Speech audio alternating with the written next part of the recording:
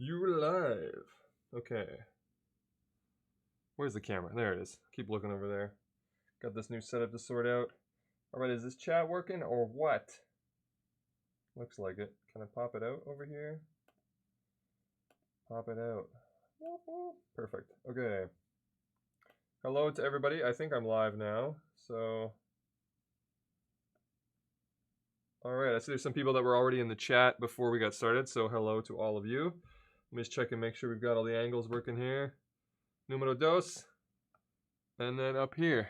How's this laid out? Pretty good. Got a little bit of, probably a little too much computer in the shot, but what are you going to do? That's not too bad. All right. Cool. It's tough trying to match all these.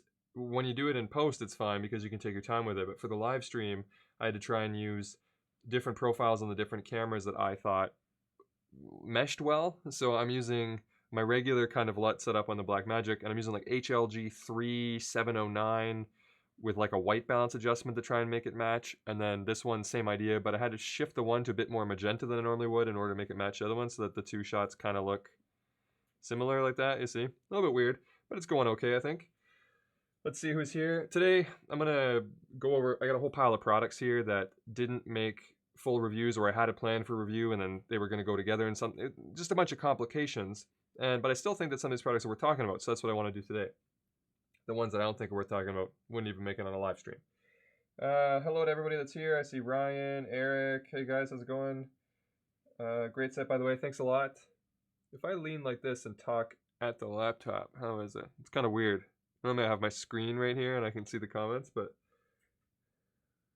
I guess because I'm displaying something, I guess it's okay. I shouldn't be staring at the comments the entire time anyway. You are live now. Live work sound okay? Zesty set, boy. Thanks. Get in that snazzy intro of yours. Okay, so I can't do any like making the intro pop up and stuff like that because I'm about 12 feet away. If you guys saw the tour, the last two videos I put up, then you probably know how the space is laid out now. If not, make sure you go watch those videos. But so my computer, I was going to stream from the laptop, but then it makes noise, like the fans go and everything like that, and it's not as powerful as my desktop. So I'm actually streaming from the desktop still. I've got all my cables running that way. You can kind of see a little bit from here, see all the cables that are coming up the bottom. These are like really long and they're running all the way that way. And so I'm actually streaming from my PC still over there. So I can't control OBS. I can see the, stop that. I'm going to mute that. I can see the preview. Let me just, I'll go airplane mode. So I can see the preview, so I can see like when I switch angles like that and it's all fine. And I can kind of see a green light, so I know that we're good to go. But I can't like play my intro and stuff like that. Just only whatever I can do with the switcher. Anyway, sorry for the rambling on there. Ryan Cow, hope you're doing well, Friendly Giant. Thank you very much, Ryan. And thanks for the super chat. Very generous of you. Appreciate it. And Kurt Angle over here. Good one. Hey, Joe from Sudbury. Hey, how's it going? We got Michigan. We got Turkey. We got TO. Whole lot of people here. Norway.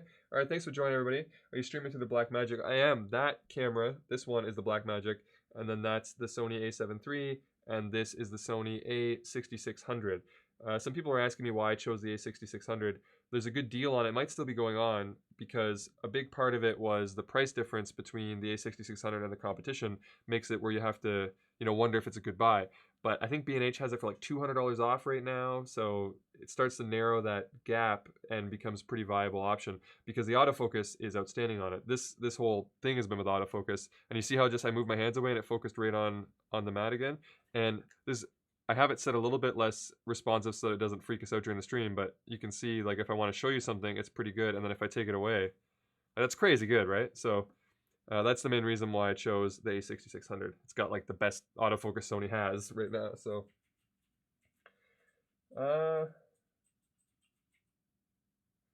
Cody just said, love the content lately, very inspiring. Glad to see you doing a live stream. You got me into creating my own channel. It's really great to hear. That inspiration stuff is always the most exciting to hear. At least from my perspective, I love knowing that stuff. So thank you very much.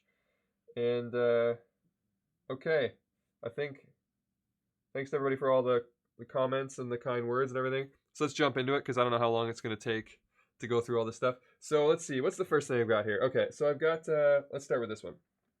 So this is the Portkeys. You guys may have heard a little bit about this.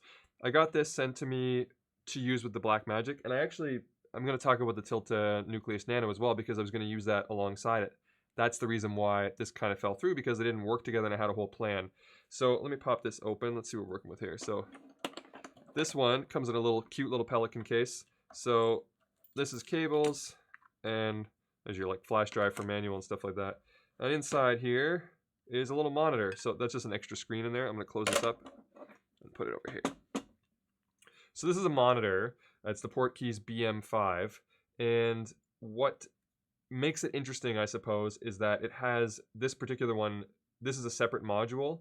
I don't know how well you can see that, but this module here, which is, if I go like this, you might be able to see, everything's always black in camera gear, so it's always hard to see like black on black on black. But anyway, right here, this little piece just on the back is a Bluetooth module. It's called like the BT1 or something like that. Anyway, the idea was that it has integration with other camera systems, but more importantly with the Blackmagic, because I don't really need the integration as well with Sony and stuff, but it does offer that as well. But it's one of the first ones to give, you know, really good camera control for the Blackmagic. So right now, you know, I have the Shinobi on there, but I can't really control the camera. And the app functionality was pretty weak up until the most recent firmware update. And even the good apps are still paid for the Blackmagic. So this one, over Bluetooth, you connect it with a cable, the Bluetooth module, to the main thing here, and then it powers it. And then you connect using the built-in Bluetooth module, well, not the built-in, but using the menu in here. You use that to connect to the Blackmagic using the Bluetooth on the Blackmagic. And then you can control things like your exposure settings, your white balance, your recording mode, you know, what cue state of B-RAW you're using, etc. You can control pretty much everything you need to control. The issue that I have with it, though, like, it does that extremely well, and there's no problems with that. And the screen is great. As a monitor, it's very, very bright, so, you know, you're plenty for really bright sunlight shooting. It's got all you covered in that regard. It's got function buttons at the top. It's got everything you need, waveforms of different types. You can do parades and vector scope, false color. I don't know. You name it, and it's got it for what you need for tools, right? But what I was hoping when I heard about it, I don't know why I thought this, but that it would be able to wirelessly have the video feed as well. And maybe you're like me, and just me describing this, you thought to yourself, it's going to have a wireless video feed. It doesn't. It still needs to be connected either SDI or HDMI, and then you get the video feed that way. So what kind of did it in for me is the value. It's $500 for the monitor, and then another $100 for the Bluetooth module. And if it's just a monitor, I know like just a monitor, but it's not a recorder or anything like that, right? And if you could think of the Ninja being like a $600, was it $650, $700 recorder, this is just a monitor, and there's plenty of cheap monitors out there. So you have to value that Bluetooth control option, I think, a lot more than I personally did, because you still have to run an HDMI cable. So at the end of the day, you're still just sort of sitting here, you know, with a cable running, and then all you're getting over Bluetooth is camera control, which is handy. But for $600, I don't know. So I kind of was tossed up on that one. What I thought would make it better is I was going to integrate it with the Tilta Nucleus Nano, which I think I'll talk more about that in a second. I'll take a pause before I get into that, and I'll check over the comments. I'll just bring it up here. But the problem is, my understanding of what the focus control was, so the idea is that it has focus control capabilities, and you can integrate it with the like Tilta Nucleus Nano. I thought it was going to be that I could attach the Nano to this and then use the controller. And I'll pop that open just in case you guys don't know what I'm talking about here. Let me just take a quick break and look at the comments. How's everybody doing here? Everything looks good. Hey, everybody just joined the stream.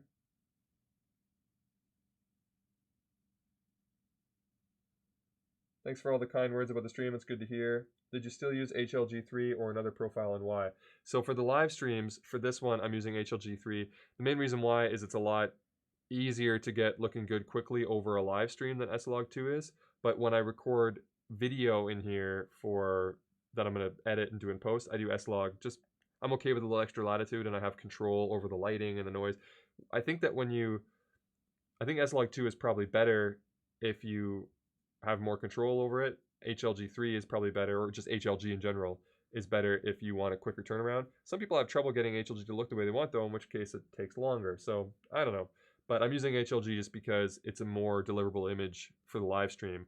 All I had to do was just like for this shot, just pop a little bit of contrast on there and it's good to go. Where if that was S-Log, that wouldn't be sufficient. You'd need to use a light or something. And I can't use the same, you can't have separate LUTs on all these cameras unless you had like a monitor attached to each. But if I'm feeding them all into the ATEM Mini here, I can't process separate LUTs on each channel. So that's why I'm using HLG. Find it mixes better right now. Bring the product a little closer to the top camera. What's up, you lot? Ask James Matthew in the house. How's it going, everybody? David is here. Like the new look. Do you think you might be able to evaluate the new Loop Deck CT sometime? I was contacted about that one. I don't use those ever. So, I mean, I could take a look at it, but I just feel like I'm a total noob when it comes to that stuff. Wait. Loop Deck is the like the controls for like the Adobe suite and stuff like that, right? That's what we're talking about? Or am I getting confused with something else? And thanks for all the birthday wishes. Okay. So let me, I know normally I do a Q&A. I'll try to do like the odd Q&A here and there, but that's not what I'm doing today. So, all right, let me cut over here. All right, so this is the Nucleus Nano. You guys probably know this device. It's a good little, small little great value follow focus situation. Or not follow focus, but focus motor, wireless focus motor. Okay, so this is the kit here. So this guy is what I was talking about. I was saying, so I'm going to take this out and talk about it for a second. We got the whole thing in here. We got the motor, tiny little motor. Eesh, in case you guys don't know anything about this. So you get rods, right? And you can put the motor on rods. I'll get the black background out of here. So basically it's a wireless focus module. So this is black on black. I don't know how to make it where it's not black on black. So this is the little focus module for it. This goes on your lens gear, and then this is the actual knob that controls the focus. Pretty standard stuff. I just wanted to show that to you. So getting back to this thing, my understanding, or what I was hoping for when they said that it integrates with the Nucleus Nano, is that somehow, I don't know, that I'd be able to like attach this to it and maybe power it as well, or like share power source, and then I would have this. So my perfect idea, because you guys have seen that Shinobi thing that I built where it's like I have my Shinobi and I have the ICANN, you know, wireless focus thing attached to it. It's kind of like my control unit. So I thought this would be even better if I can also control my exposure, control my white balance, and control my focus all with this knob here. The problem is that it doesn't integrate this way. The way that it does integrate is that on the screen there is a focus control that comes up, and it's like a sliding thing. So you like drag like a slide bar, and that controls the focus motor, which means, of course, that natively it only works if the lens has, it wouldn't work with a full manual lens because there's no electronic connection. So over Bluetooth, you do this, it sends the electronic signal to the lens and then focuses it. The reason why they talked about the Tilta is obviously for your manual lenses. How are you going to do it? Well, you would use the focus motor and then do it that way. But the integration isn't for using this knob. The integration is for having that slider thing control the Tilta motor. So it still has the same kind of like not nice, not smooth result on the screen. All that's happening is now when you slide this around, this motor is spinning and spinning a manual lens.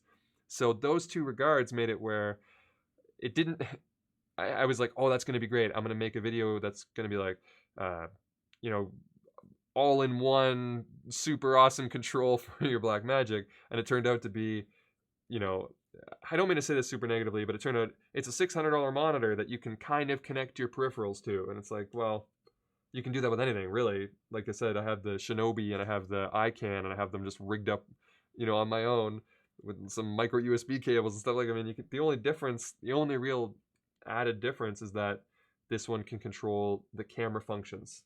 You can start, stop recording. You can, you know, like I said, exposure and that kind of thing. But other than that, it's, so I don't know. What do you guys think? Would you, this is like I said, it's $500 for the monitor and then $100 for the Bluetooth control. Do you think that, because that's more than the average, you know, 5-inch monitor, do you think that $600 is fair, considering that you do have Bluetooth control, but really that's the only differentiating factor, in my opinion, compared to any other monitor, like the $100, $200, $300 ones? Because I think the Shinobi is even cheaper now, right? It's like 200 something bucks. So I don't know. What are your thoughts on that? Let me know in the chat, and I'll check it right after I kind of box this stuff up a little bit. As far as the Bluetooth is concerned, it worked reasonably well. I did find that there was a little bit finicky. This is still kind of like early days, so there was a couple moments where I thought it didn't really, like it's like, what order do I need to do this in? Because like it wasn't as easy as pairing your headphones to your phone where they both just show up and you just do it. It's like you have to turn one on, then the other one on, and then it shows up. Oh, that's the previous one. How do I delete that one? I don't know. I guess I'll turn both things off and turn them. Oh, now it's working. Just that kind of headache. And it's probably just like I said, an early days problem where they're eventually going to figure it out. And apparently, the Tilta integration is supposed to get better as well, but at the time it's not great. And that's not Tilta's fault at all. This device works exactly how it's supposed to work. It just, right now, it was nothing to get excited about because it's obviously been covered already so many different times. I didn't want to make another video being like, have you guys heard of this? So I wanted to be like, look at what you can do with your current Nucleus Nano, or really the bigger Tilta unit as well. What's that, the M, I think?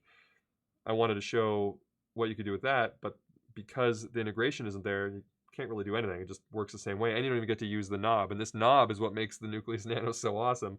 This is a great knob. It's better than the iCan one, which I really like the iCan one, but this wood, long travel, hard stop with the marker board on it, that's the great thing about the Nucleus Nano. The Nucleus Nano is a great product. I recommend it. I like both of them. People ask me when I talked about the iCan one, they were like, why not the Nucleus Nano? I don't know. They're both great. I've got no reason to choose one over the other. I would say buy whichever one has the best price at the time, because both will get the job done. The Tilta one seems to be geared a little bit more towards gimbals. So if you're somebody who is using like a DJI Ronin or something, you might think the Nucleus Nano has a little bit more benefit to you. But they're both great options. All right, let's check over the chat here. So we've got a super chat here from Phil. Thank you so much. Oh, really appreciate the generosity there, Phil. Appreciate it. The new setup looks great. Thank you. And David said yes, so I'm assuming that means I was right about the loop deck thing. So yeah, I never use them. I'm just like a mouse and keyboard cat. So for me, I feel like it would be forced, because they also contact me based on, like, do you want to do a sponsored video, obviously, on loop deck, right? They do a lot of that. And I don't like to do sponsored videos just because I want it to, ideally, everybody's perfect scenario for a sponsored video is one where you love the product already and know somebody's willing to pay you to talk about it. But with loop deck, it would be kind of, I think it'd be more like an advertisement, because I don't really use it. I could be surprised when I use it and then be like, oh, I actually do like it. But I thought, don't send me one if I don't really use it, because then I'm just making an ad at that point. Okay. Is it true that you were CIA and that's why you know so much? Yeah, it's true. Well, I guess I couldn't tell you, right? Monitor plus Bluetooth for camera info equals fail. Yeah, that's the thing though. I would have completely, if it was wireless video transmission and camera control for $600 into an integrated unit with all the tools in there, I would have already made the video. I'd been like, stop doing what you're doing, go buy this thing, look at it.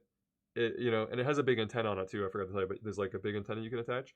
So it'd been like, check this out. From up to 12 meters away, you can see your video feed, control your Blackmagic, get all the tools that you want. It's only $600. That's an outstanding proposition. But the fact that you still need to run an HDMI cable or an SDI cable, depending on the camera,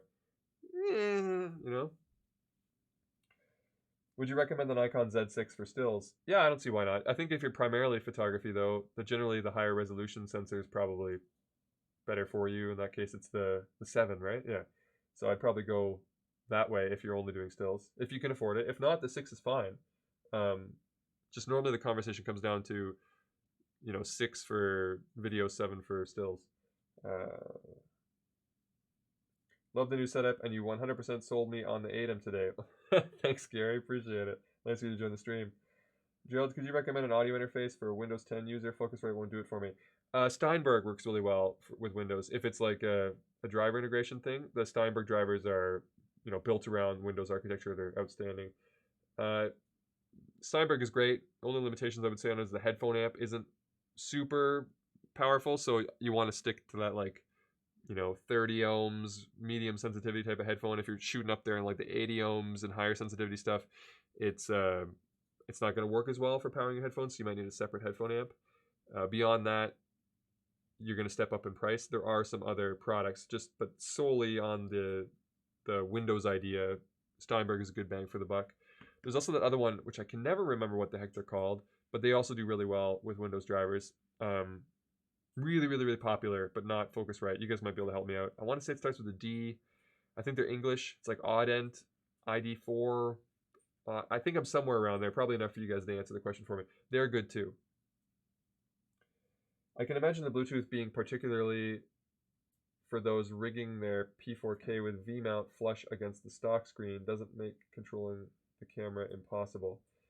I feel like maybe you missed a word there because I'm confused, or maybe I'm just misunderstanding it. So if you put a V-mount flush against the stock screen, so okay, you're saying that would be the use for it. People who want to build a really compact power situation where they don't have a screen, then you can use the monitor.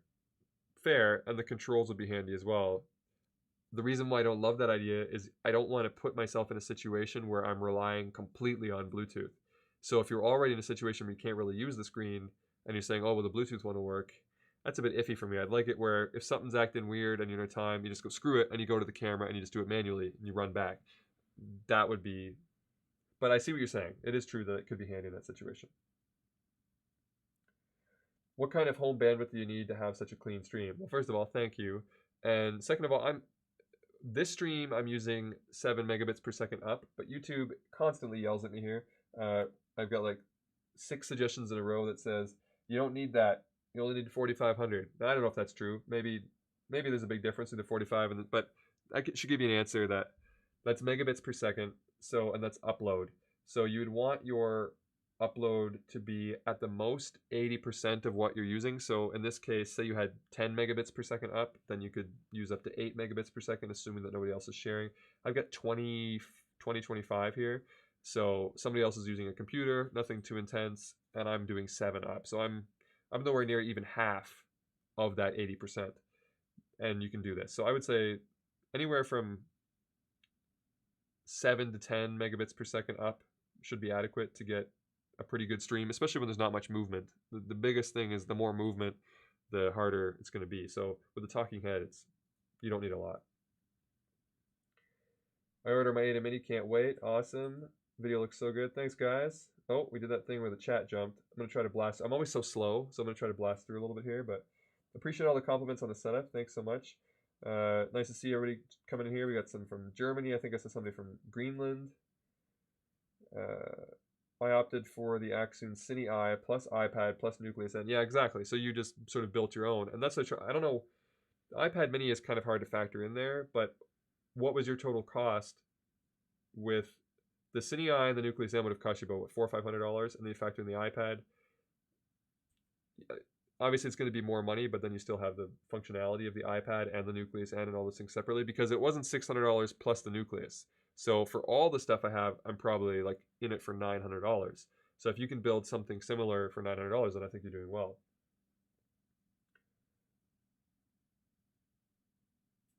Start, stop, white balance, ISO, shutter, all that is great. Plus it's 2200 nits. The Shinobi is only like 8 or 1,000. Yeah, I think the Shinobi is 1,000 nits. This screen is super bright, like I said. So bright to the point that when you put it all the way up to max brightness, it's like almost uselessly bright. But that's cool that it has the 2200 nits. So you can definitely beat the sun. Like I said, as a monitor, it's great. It's a great monitor. The only reason why I didn't get excited about it is, like I said, I wasn't able to build the crazy configuration that I wanted, and I wasn't sure if it was worth the money for what I would use it for, since I can't do that configuration, because there are, from Small HD and Atomos and other things, maybe not as powerful of monitors, but useful enough for less money. That was the toss-up there. Did you hear about the leaked A7S3 photo? Read the top line of the description. No A7S3 chat. I saw the photo. I don't know if that means... To me, it could have been anything in that photo. Well, the BM5 has 2200 nits N waveform. If you compare that to other field monitors, it's definitely not expensive, and the build quality is really good. Yeah, it's metal, it's rugged, and what's interesting about it is that the whole unit is kind of a heat sink, so you can feel it, but I mean, I don't know why you'd be hand-holding the monitor like this anyway. I guess if you were doing it as controls all the time, it's not going to burn you or whatever, but you can feel, I think there is a fan in it, but it's not important because the whole unit is kind of like a heat sink, so that's cool design, and then it's solid metal, so that's cool. Build quality is great. These comments are all true and accurate. The The Nucleus Nano is solid overall. I almost regretted the purchase at first, but really works well with most FD lenses with bespoke gears. Works well with the Power Junkie too. Thanks for the tips. Good notes. Paul Feinberg from Camera Camp. Hey Paul, how's it going? Cool catching you live. Even cooler that we get to see some cool tech. Yeah, I've got one more big crazy kit of stuff to show you. I'm just going to cover these comments here. We'll move on to that one. Dell XPS 15 users high five. How's the Ada Mini? I'm going to post a video next week that might solve your OBS across the room problem. Yeah, I'm curious what it is. I don't. It's not a problem. It was a choice. The idea was that I wanted to be able to see I wanted a computer so I could see the comments. So I was just going to stream from here, but I didn't want my computer to be making noise with the microphone, you know, because laptop fans, they get all and sound like that. So it'd be easy to do this way. What is cool with the Ada Mini, which you might already know, that plays into this thing we're talking about, is that you can connect it over Ethernet, and then you can control the Ada Mini from any other computer. So in theory, I don't even actually need to have it on this table. I could still have it over there with my streaming setup, and then have the laptop control it remotely over the network. The only reason why I'm not doing that is it's fun to push the buttons, and you can see it in the shot. And also, it's less efficient for me to have to look at the screen over here, read a comment, tab to another thing, change the source, tab back. So obviously being able to press the buttons is handy, but it's pretty cool that somebody could be sitting at my desk right now and actually controlling and producing the stream for me without even having the Ada Mini there. They could do it all on the software, so that's awesome. Love the Ada Mini is the short answer to that question. Gerald, feel free to put mic in the frame. You sound distant when you look toward your screen. Yeah, that's bound to happen. The problem is it's set up here for this kind of audio recording, and I wasn't planning on yelling at the or talking to my screen the whole time. Okay. Any thoughts on why DR on Mac or PC? Chat jumped on me. Struggle with 4K footage with minor grading and very new.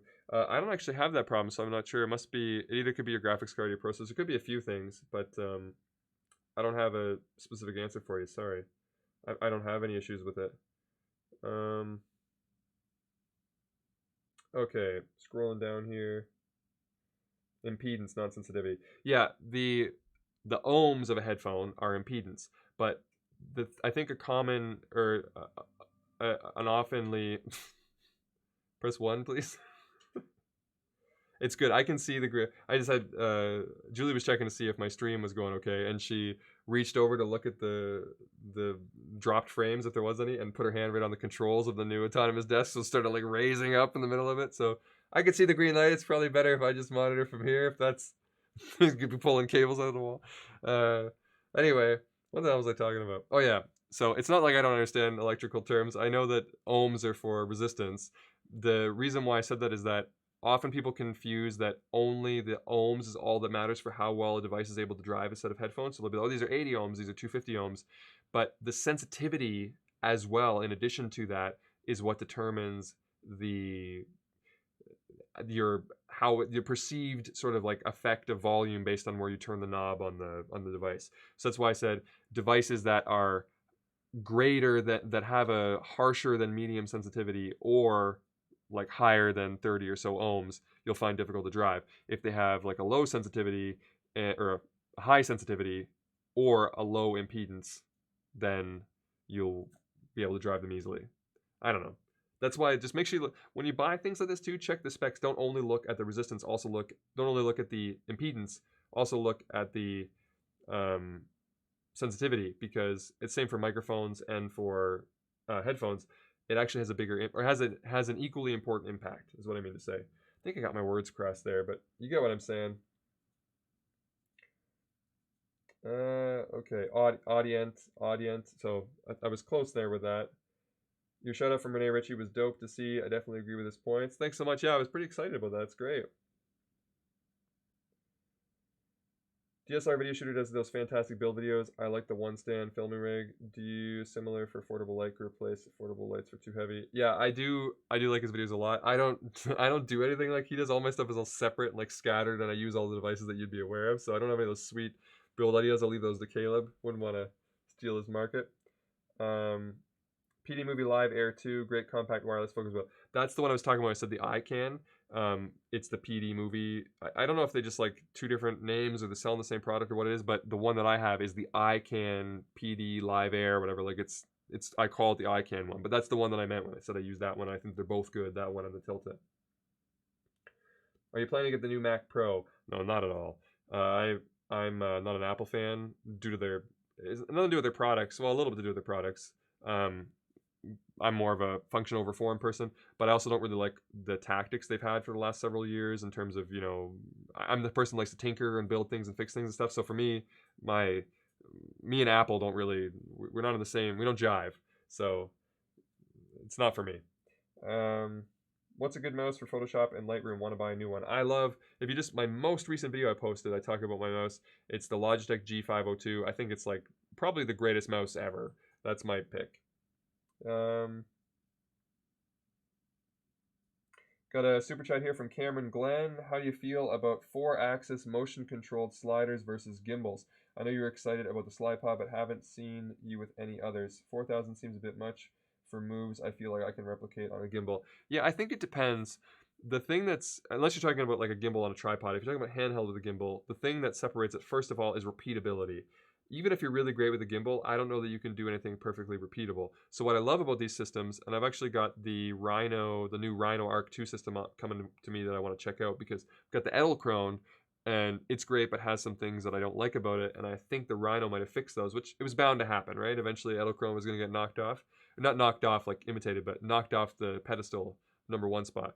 Anyway, so for me, I like the systems because I like to set up a shot, really kind of like dial it in, and then kind of repeat it, where I've never been a huge fan of gimbals for that purpose, but I have done things where I've locked a gimbal off on a tripod when I only need like pan and tilt, and, you know, been able to do stuff like that. And so I think it works for that, but handheld versus not, there is a difference. But it really comes down to if you're getting the shots the way that you want them, and gimbals are definitely more cost effective in that regard. So if you can get a gimbal for $500, $600, $700, $800, and you can use it as a gimbal, and you can also lock it off and get your repeatable pan and tilt, then great. And if you're happy with your handheld motions, you like the way it works, then you're laughing. But if you need something different than that, and you want the sort of slide movements that go involved in that, and I think that the Rhino has a motor that's even going to let you lift cameras vertically. So those kinds of motions are hard, in my opinion, to get the way that you want them to look with a gimbal. But maybe that's just me. Maybe I'm not as good on a gimbal as you are. So do whatever's best bang for the buck for your shoot, obviously. Maybe for the live streams you use a Rode Wireless Go or something instead of the shotgun, I mean. I'm gonna have to get that switcher. Hey Tommy. Rode Wireless Go. What the hell's that? Oh, that's the lav? Yeah, I sound terrible on lavs. I haven't really checked out the audio. I guess I wasn't expecting to this is normally I was set up where I was talking at the mic while reading the chat. So I've set up this shot this way. I'll have to consider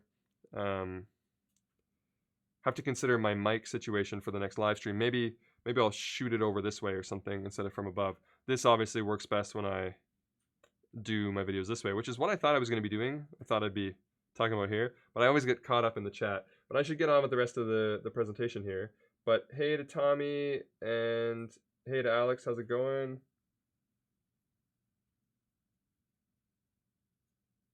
And then there was Cameron's super chat. Wicked, why the haircut? Anybody who's in this chat that's asking me questions that have to do with my last two videos, you got to watch them. I did a whole tour. I showed my hair getting cut. I explained why. I showed how I set up the whole new thing, the new shot, everything. Make sure you watch the last two videos.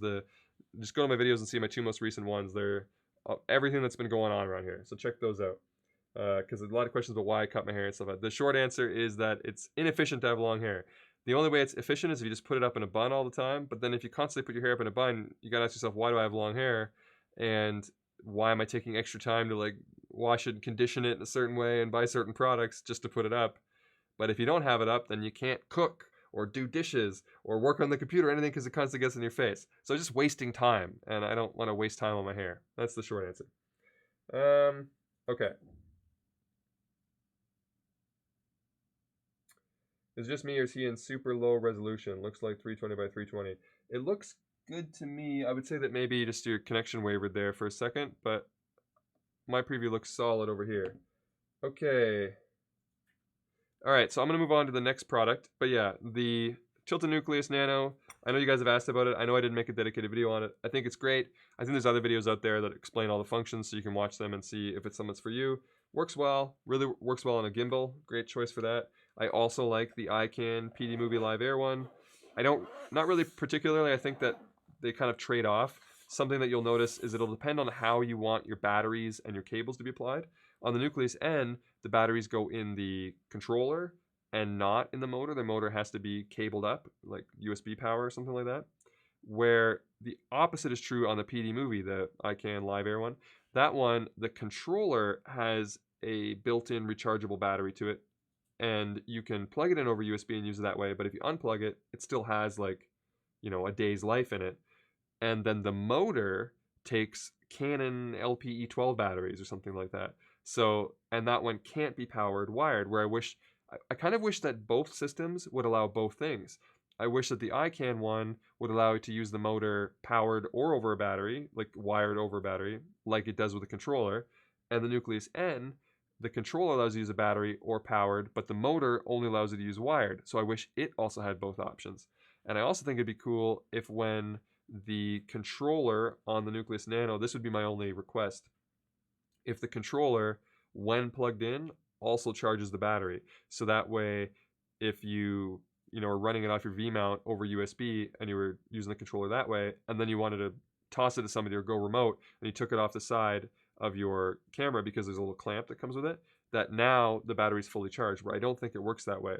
But it does have these cool battery chargers I'll show you, because, I don't know, I got a kick out of it.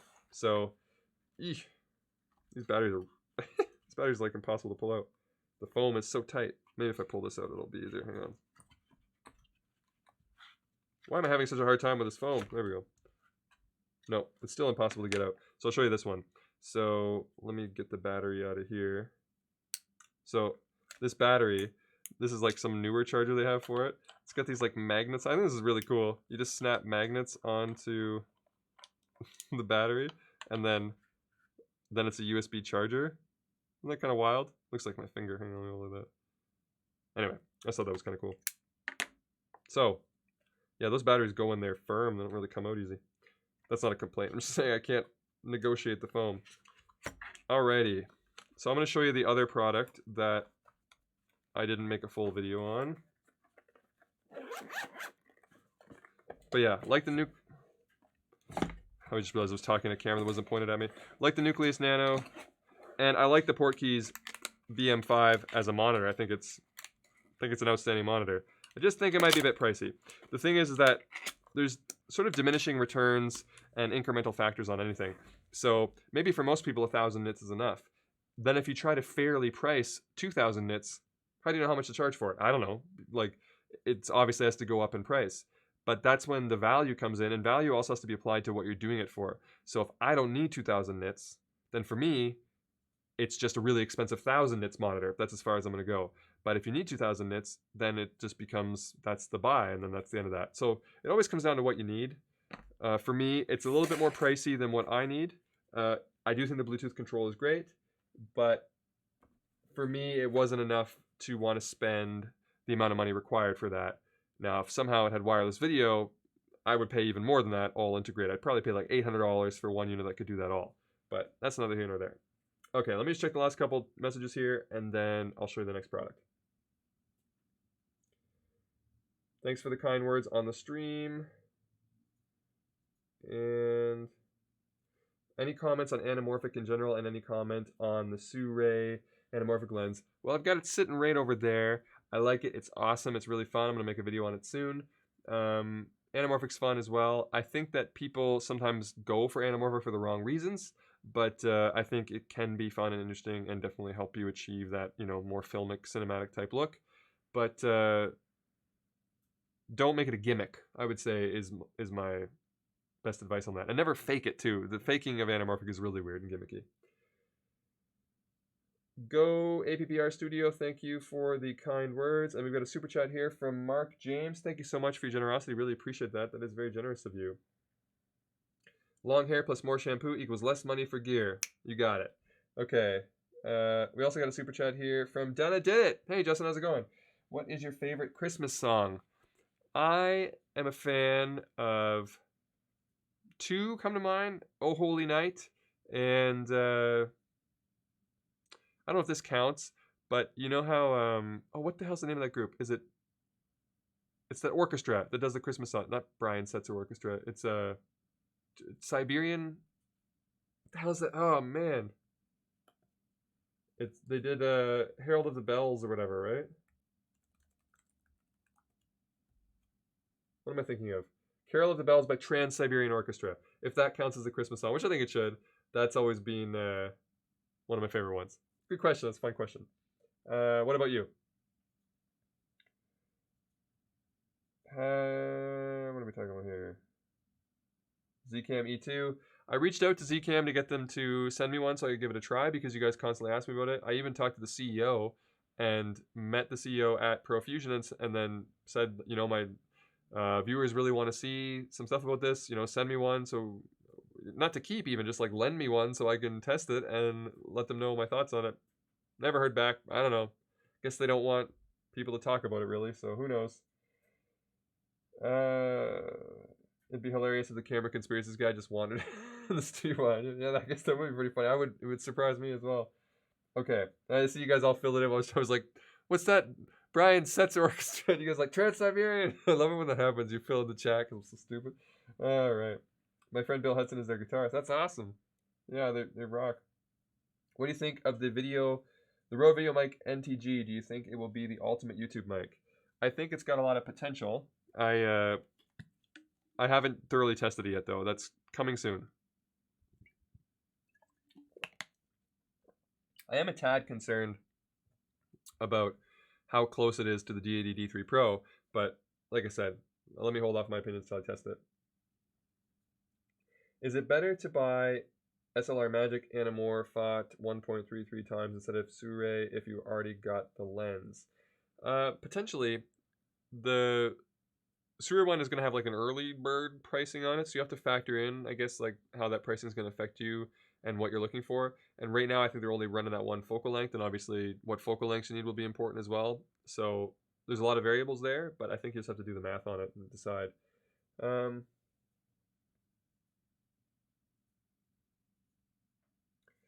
Awesome video. I just can't talk and I'm totally blocked mentally for this. It's so informative and giving me motivation to make more videos that can help others through sharing some knowledge. Thanks. Oh, I really appreciate it. Thank you very much. That's really kind of you. Dave says, will I be seeing you at CES? I hope so. Yeah, I've booked my trip there. Oh, and I just got my media credentials approved today. So yeah, definitely going to CES. I'll see you there, Dave. I'd probably go with Snow from the movie White Christmas by Bing Crosby and crew. Excellent choice, Dana. How about 2020 gear predictions? I don't like to do gear predictions. Have you messed around with inline filters at all? I have not. The Sure Kickstarter is live, $5.49 early bird. Oh yeah, they said December 10th just a couple days ago. Yes, it's a really good price for the early bird, $5.49. Like I said, I haven't done my video yet, but I can tell you this: if you want, this is my like super small review. For $550, it's a good buy. It's sharper than you would expect from an anamorphic, from like most anamorphic lenses that are 3-4 times as much as that. It's got nice build, nice features, good quality. I like the focal length. On the Blackmagic, you get probably something, you know, similar to like a 70 mil, but they also have options for APS-C Sony, which would be a little bit wider, obviously. I think it's a good lens for that price. I don't know what the campaign's going to be like and how it's going to run, how the price is going to change. We'll have to reevaluate it then. But that early bird price is pretty good value for the lens, and it gives you a nice, when shooting 16:9, you get a nice 2.35 to 1 ratio. So I think it's good. Hey man, these lives are cool, just like the last one we make right now. Greetings from Hungary. Thanks so much. That's really kind of you. And I tuned in for the sexy locks first, gear reviews second. This is like when Michael Jordan played as number 45 instead of number 23. Okay. All right, sounds good. See you soon, Dave. And okay, so I think there was a good point in the chat. Sorry if I missed anything. And what's this? The issue with the Sure I saw in early YouTube videos is that the flares were misaligned. Okay. All right. So I'm going to show you the next thing that I was going to cover, which is this.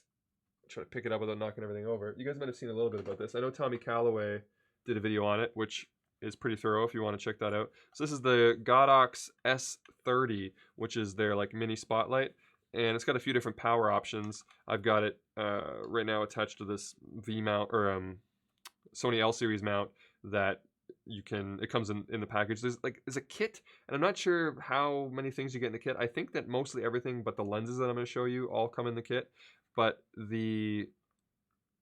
I think the lenses might be extra, but like these adapters and cords and stuff, I'm pretty sure it's all included. And you get a lot, I think it's like $200 or something, and you get a lot of stuff here. So it's a spotlight. I'm trying not to blind you, but you turn it on here. On the back, there's a power button, and then this knob here allows you to flood it or spot it. And you can, I don't know if you'll be able to see that. Let me go crazy on it. So you can see how it's kind of, and I'll turn it the other way. And so you can see it kind of gets a little bit spottier. It's not a huge difference because I don't have any like elements on the front of it. And then on the side here, there's a knob for brightness and color temperature, but you don't adjust the color temperature. It just shows you 5600 Kelvin, but you can't actually adjust it. So it's very lightweight. I was actually using it on a microphone stand. So super light, even with this battery on it. You can do this option. There's a USB option, and they're both cut power because I think you only get like 10 watts or something out of them. And then you can use AC mains power instead, and then you get a little bit more juice out of it. I think probably like, actually it might be a 15-30 thing. It might be like you get 15 watts up to 30 watts if you go to mains power. So maybe up to double your output. As far as, and then I got this bin of accessories, which I'm probably going to throw half of them on the floor. Jeez. Okay, so, and it also, I have, now I don't know if this one comes with it or if it's two different options, but I've got this, it's like a softbox with a grid, and when I was looking online, some of them had the softbox with grids displaying and some of them don't, so I'm not sure. This one does say SA30 on it though. So this gives you an option. It's not a huge source, as you can see, but I've used it in some of my videos recently for, you know, just throwing a little like splash of light in an area that was too dark while keeping it, like if I was trying to light, say, this area here, just a little supplementary light, this size source is fine considering how small these items are. What I wouldn't say it's fine for is if I had it over here where my 300D is and was using it as a main key light. I don't think this is large enough, but it definitely works as like another option for the spotlight, which is cool. Then what else did it come with? You got your barn doors. Both that softbox thing and the barn doors, they have, I guess it's a proprietary mount, but it's like a little slot and groove thing here. Let's see if you can see this. So you get this little groovy job, and it slides in here, and then you can lift this little module, and then that goes in like that, and so now you have the barn doors attached. And this is obviously a good use for this because whenever you have, so this is a COB, and whenever you have a single source, then the barn doors are effective for really cutting and shaping the light, where they're not so much with a panel. So this is cool. I'm gonna take them off. See if I can get this thing to kind of sit on its own. Okay, so that's the barn doors, and then this is the AC brick that I was talking about. Gives you a little bit more output. This is a lens. Talk about that in a second. I think this is what the softbox came in. Not sure. What's this? Cables, like I said, all the different powering options you can use. And then this is the fun stuff right here. So now inside this box, it came, like I said, I think this is all part of the same kit. It's hard to tell though, because when these companies send you stuff, sometimes they send you like all their accessories, but I do look these things up on Amazon and see what you guys are gonna get. So it's got two sets of gels. One's kind of like fun colors, and the other one is like CTOs and CTBs and plus green and minus green. So I don't know, there's like 20 or 30 of them in each one of these packs, so that's pretty cool. And the gels are just like this big, and they fit well over the spotlight area. Then this is the only part that's kind of weird. Is you see how I was just kind of cranking this around to adjust it? This is their like tilt control. There's no knob for it. They give you like a socket or a ratchet. Like, well, it's just a wrench basically, and it goes on here, and then you have to loosen and tighten the nut, and then you set it, and then you can tighten it. It's kind of weird that it would be like, why not just put like a brake on it? But anyway, so you get a wrench, and then you get a couple other things, and all this stuff is really, really fun now. So you get a whole set, each one of these I think has, holding too many things here. Each one of these things has 6 or 7 different, what are these called? Gobos in here. Gobos? Gobies? Gobos, right? Different patterns, and you got like some foliage ones, you got stars and stuff, and then you got like geometric ones. So you get a whole whack of those in there. And then you also get sort of like an iris control one, if you want to do the old James Bond, you know, jobby like that. This one's pretty rad. Let's see this, get this in focus here. Let's get, ooh. Sound effects are optional. And then you also get sort of a set of like scrims that you can use for, you know, adjusting the like gradient. So this one you might be able to see, it has a thicker mesh, thinner mesh, no mesh, and so you can kind of create like a gradient in terms of your light output. And they give you this little folio with like, I don't know, how many is in there? 5 or 6 of them. So a lot of accessories come in this kit. All right, I think that's it. So because it's a spotlight, you get this like lens mounting system, and I wonder if it's easier. I probably, you know what I should do? See how this works. Hang on, grab this thing. Okay. Like I was saying, it's light enough that you can use it on a mic stand. So I don't know if this is gonna work, but is that in this shot? A little bit, cool. So put this thing on here, and then I can lower it down a little bit. And so now you can mount this lens jobby on here, same way as the other ones. Lock it in.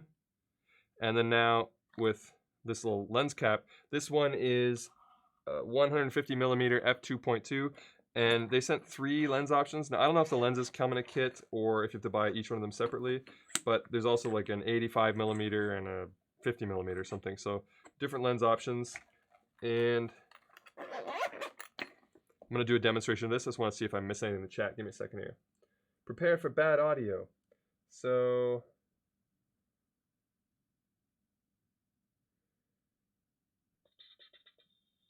thanks for all the kind words, everybody. Questions about Aperture 600D. That's overkill for what I need, but it's pretty sweet. Somebody asked a question about the light in the back, because it looked like somebody answered exactly what it was. So I'm just going to jump ahead and assume that was a question, but I see somebody here say, I think is a hair light is a 120D Mark II plus light dome Mini 2 plus grid. If that's a prediction about that, you are 100% correct. Good eye. Does anybody know? And I think I've done this before, but I can show you guys again. So this is what that light's doing. Just a little bit of, you get a little bit of like brightness on the temple and cheekbone, just to give you, just like a fun little laser look, and then mostly rim lighting. And then also you can see that it's supplying a little bit of extra separation on these desk shots. So if I switch to here, you can see you're getting that cut through there. And then when I put on this light, it fills in all those shadows and you get a nice little balance. And then here, and if I take this one off, that's what it looks like without. So the issue, it's fine in both. I think that this looks cool too. It's kind of like dramatic and nice. The only issue you have is that you're going to fade into the background a little bit over here. So if you want to pop a little bit better, so you don't have to have as shallow of depth of field, not like it would really matter with this. But so you can stop down and then you put your light on like this, and it brings that shoulder forward, and I think just gives a nicer look. So that's all I'm doing, just 2 lights. That's pretty much it. And then, you know, a little accent light in the background. What's the grid for? Exactly. So the grid is to avoid spill. I saw the answer was there already. So if I turn this light off again, you can see that the range of where the light's hitting is rather controlled. So the grid's just kind of hitting this spot here. What the grid does is make it so that it's not just sort of like throwing a wall of light everywhere, which this light is doing. So you can see that this light is also pointed at me in a similar angle to what the backlight is, but look at the wall behind me, and then look what happened if I turn it off. So you can't see really anything except for what that light's doing. This looks kind of cool though too. And then now this light's sort of lighting the whole thing. If I had a grid on that, it wouldn't reach as far across the wall. So I remember when I was messing around with this and I went to angle 2, and I think when I turned off this light, doesn't it look like one of those interviews where the person's trying to keep their, obviously I have the computer screen so it closes down. The person's trying to keep their identity a secret or something, and they're like, yeah, I worked there for 3 years, and what I saw, I'll never forget. So I don't know, it's stupid, but that's what that shot reminded me of. Anyway, goofy lighting guide during the live stream. Okay.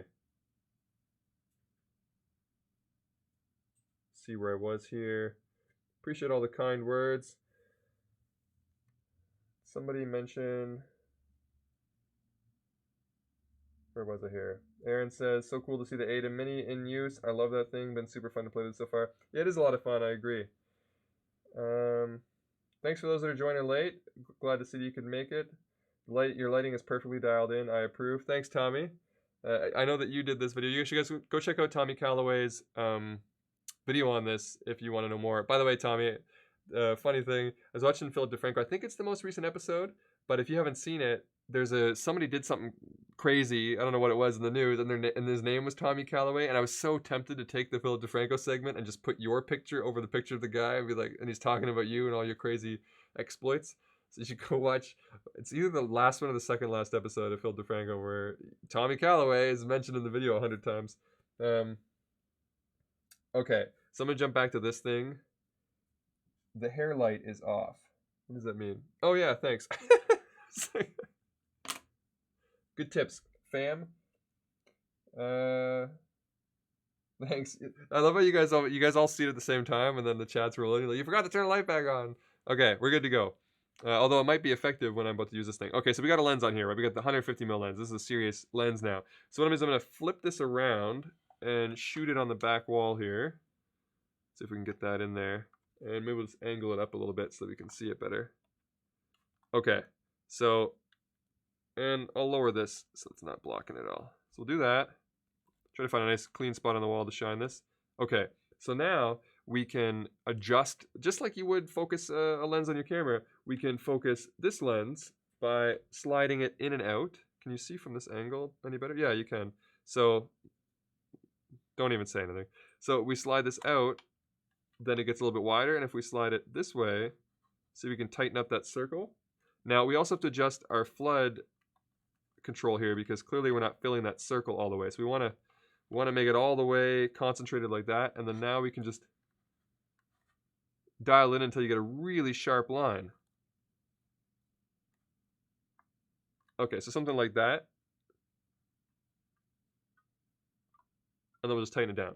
So now you've got this, I don't know, I mean, there's endless things you can do with this, obviously, for product photography, especially because it is kind of small scale, where when you, like, Aperture has a really great one of these spotlight things as well, but it's big and expensive, and it's more for like big time control, where this is a great little package if you like to do, you know, just little things on your desk and stuff like that. So now we're set up with a spotlight thing. We've got these little blades that you can use to cut in on the light, which I think they go in here. So yeah, so as you can see, we can cut the shape however we want. We could make it like a little slit, like you know, Morticia Addams, just right across the eyes. Let's see if we can put another one in here.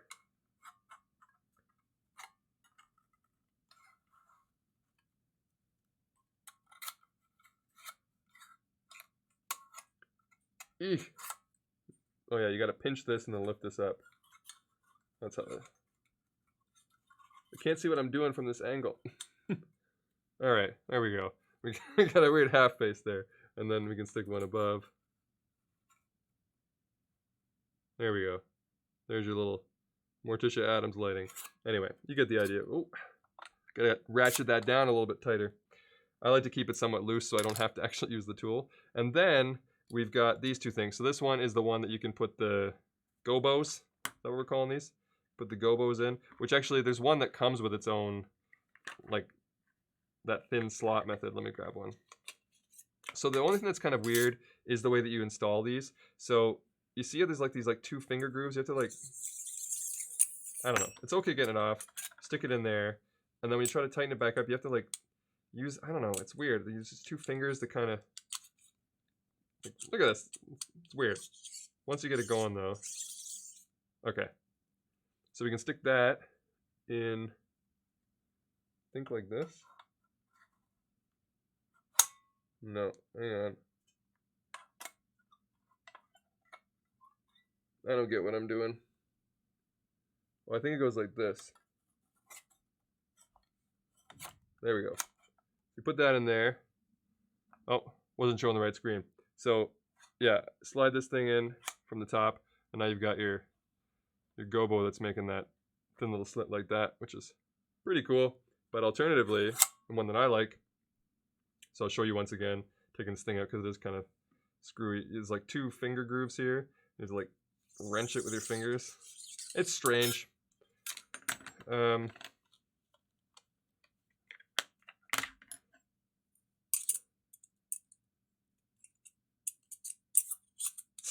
Look at this thing. That's probably my chief complaint. That and this weird wrench that you have to use. Those are the 2 things. It's like, why? Oh well. Okay, so then we'll do the iris control fun James Bond one. So let's switch over here. Read the chat and make sure you guys aren't like, your I don't know, your light's not on. Oh my god, I got so many comments about that and tweets and crap. I made a status update. Not me, guys, not me. Oh, so you did see it? Okay, cool. Gerald undisciplined. What? What are you on about? Okay, so, oh, it looks like a big chromatic aberration because it's hitting the purple on the wall. All right, so let's put this one in. This one's fun. Eek. Okay. Get in there. There we go.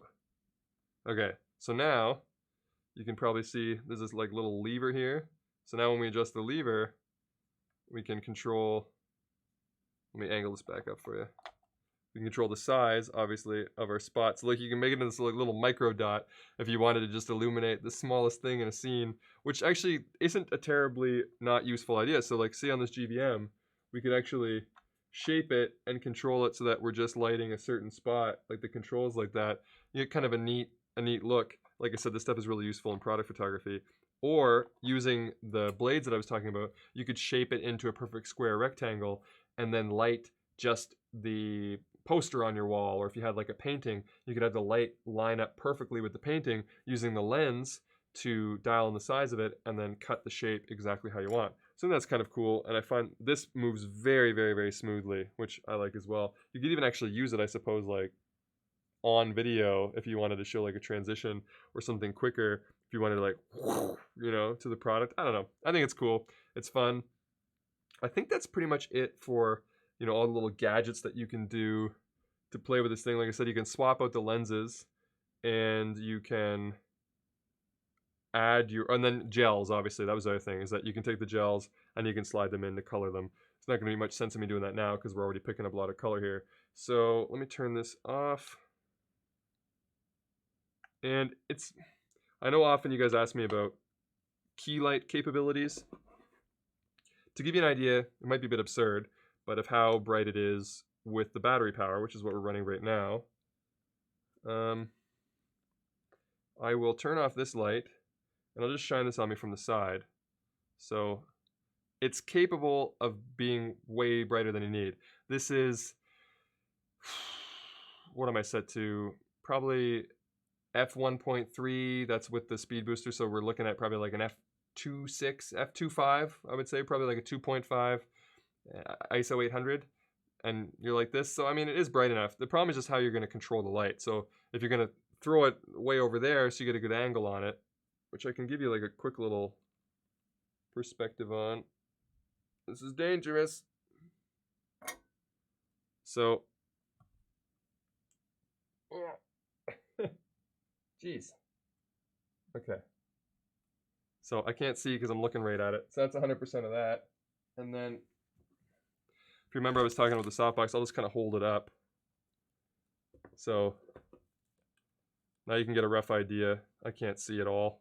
I don't know where I'm looking at. I'm going to change the screen. Yeah. So, it's in the shot, so we'd want to back it up a little bit more, obviously. But that's, you know, that gives you a rough idea if you wanted to use it as the key light. Okay. So let me stop shining this in my face, because that's not a great thing to do when you're trying to look at cameras. All right, so that is I think a wrap on that. Let me turn on the other light again. I'm seeing like pink dots everywhere now. Nope. There we go. Jeez.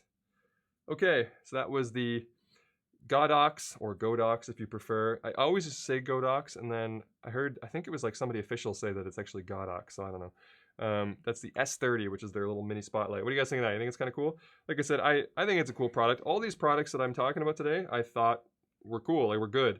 They just didn't make it into a full video for one reason or another, not because the products aren't good. Like I said, if the products weren't good, I wouldn't give them any time. So I think that this is pretty good, and I've used it.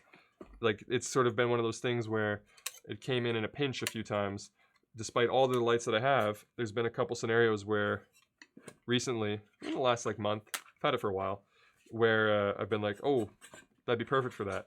When I did the shot the other day, my most recent video, where I was like here and the camera was coming this way and I was at my desk and I was talking about the monitors. That whole scene, like under the desk and all the speakers, everything is so dark. You'll notice that my left hand is overexposed at times in that shot, and that's because I had this light down low, sort of shining a light up and under, so kind of get separation from like the keyboard and the monitors and stuff like that. So it blew out my hand, just impossible angles from shooting up against the wall. The whole reason why I did this, I don't have to shoot up against the wall anymore, but for that one I had to. So other than that though, you'll see that it filled in all those areas. So stuff like that it's useful for, and I was using the softbox in that case. So let me just get this off the table here, because I don't like the way it looks all scattered out. And I think that's it for the products that I was going to talk about. So now we can do a little bit of a Q&A, maybe check over some of the chat. Let me know what you guys think of the products that I showed you today. And thanks for entertaining me. I can do more streams like this because often I get sent stuff that, well, things like this works. This kind of situation happens from time to time is what I'm trying to say, where not all my ideas work out, not all the products work out to have the same kind of use that I wanted them to. So we're bound to end up in this situation. So if you think, maybe once a month or something like that, I should do a live stream like this where we cover the products that, like this. If you think this is a fun idea, then we can do this once in a while. I don't want all the live streams to be like this, obviously, because I like to do Q&As and I want to have more guests on. So probably just like one live stream like that, but let me know what you think. I'm curious to know how long that took. Let's see how long we've been live for. What does it say here? What's my uptime? 1 hour and 7. Okay, that's good. Because sometimes I stream, for an hour and a half, 2 hours, and I wanted to leave time. So an hour. Hey, Matty Hapoya, thanks for joining the stream, man. Appreciate it. Almost at 100K, that's exciting. Early congrats. Thank you, sir. I think hopefully by the end of the year, that's the challenge. Well, I don't challenge. What am I going to do about it? But that's the goal. We'll see. Just relax and watching some Paw Patrol with my son. No idea who Maddie is. What? No. Anyway, so an hour is good, I think, to be able to cover all the products. Like I said, maybe do it once a month, spend an hour and cover all the products. Let me know what you guys think. All right, so I've put the monitor or the laptop more in the center, so the audio is hopefully a little bit better. And how's the angles look from here? This is okay. You see a little bit of screen, has a little context. What's this? Oh, I still got this light in the shot. Does that bug you guys? It kind of looks like it's part of the GBM in this thing. Let me just do the old switcheroo here. Somebody could totally make like a video montage of me just trying to move this light around in different ways and like, I don't know, put lightsaber sounds over top of it or something. All right, is that out of the shot? We're good. All right, we're back to normal. What's this? This is my phone. That looks tacky. Yeah, that looks cool. Look at us go. All right. So hopefully the audio is better now when I read the comments. So yeah. Let's see if I... Okay, I see where I was last. The diaphragm is cool. A different diaphragm with a little space between the leaves would also be cool. Yeah, that would be neat as well. Tommy says, use fog, haze, little beam of light with spotlights. That's the other thing, yeah, is obviously if you feel like filling your space with haze, then you can cut through pretty well with the spotlight. It'd be pretty rad. It was Tony Northrup who said Godox. Was it? See, the thing is, I trust Tony Northrup because I find like a lot of his stuff is pretty well researched, but I feel like the way one person would pronounce something, like Tony, who doesn't work for Godox, for instance, wouldn't be enough to sway me. So I feel like I must have heard. I think I was probably at like one of the conventions and asked somebody. Maybe it was Tony Northrup that made me want to ask, though. I don't know what to think. It could be either way. Godox is your natural instinct when looking at it, though. How much is it? Looks nifty. I want to say it's like 200 bucks. I'd have to look it up because I wasn't sure about that. So let me take a quick look for you. And I can confirm what comes in the kit, by the way. So, well, I'm on Amazon.ca. Oh, they're selling the softbox separately for $24. So it might be that one, the softbox and grid doesn't come in the kit, but I'm not sure. Tommy would know off the top of his head. But like I said, you can just go watch his video.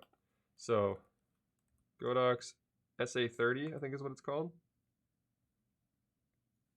No, S30. SA30 is the softbox, I think. Okay, so here we go. I'm seeing one for $249 and one for $368. The one for $368 looks like it has the lenses and stuff, and the one for $249 looks like it's without. So, but there's a mixture. It looks like you can get the lens for $120. So that seems about right, like $250 and the $120 for the lens. And the kit here for $250 looks like it comes with barn doors and like I said, the accessory thing is a little bit harder to determine what all you get. Okay. Yeah, it shows a whole bunch of accessories down here, so it's tough to say, but it's in the $200 to $300 bracket, which is pretty affordable for all that it does, because other spotlights are usually a lot more. Wish I had more details on that, but like I said, the package that you get sent often when you do these types of videos is they just send you everything, and you don't really know. I usually ask them, I'll say, okay, well, send me what a consumer could buy, because then I know I'm reviewing this package, not just like a crazy assortment of stuff, right? Okay. Maddie says, you got it. Live stream till you hit it. Well, what am I at? Like 96 and a half? Be like, be here for like 5 days in some Mr. Beast challenge. Well, I like it though. I played it for my wife trying to explain what was so catchy about it, and she looked at me like I was a mutant. What was that about? Anybody else find themselves humming Joel's theme song? Thank you very much. Actually, there's a fun thing. I think the first time that I met Matty Hapoya, he said to me something. The first thing he said was something about my intro. He was like, "Oh, your intro." I don't know. So apparently it works. We can be a couple Canadians can be in Las Vegas, and the first thing to say to you is some of your intro. So it's such a cheesy, goofy intro, but I just keep it because it's catchy. That's the only reason why. 2-week live stream. Yeah, the way my current rate is going is I think it's like last week of December is when I should hit it. So that'd be a really long ass live stream. Although I'd like to think if I'm live streaming, it would pick up the pace a little bit. You overestimate us. We're a lazy bunch. So thanks for joining the stream. I have no doubt you'll hit 100K. Your videos are legendary. What's your audio bit rate for stream? I think I'm doing, like I said, I can't reach my computer right now, but I think I'm doing 192. Might be 128 kilobits. How is the drop frame situation? Is it still at 0? Cool. Yeah, so this new setup and the cables and everything's working fine. I'm running a really janky USB setup from the ATEM Mini to my computer because they don't make USB 3.1 Type-C cables that long. So I have like a repeater involved, and I'm using a USB 2.0 repeater, so I thought there's not going to be enough data, but apparently there is.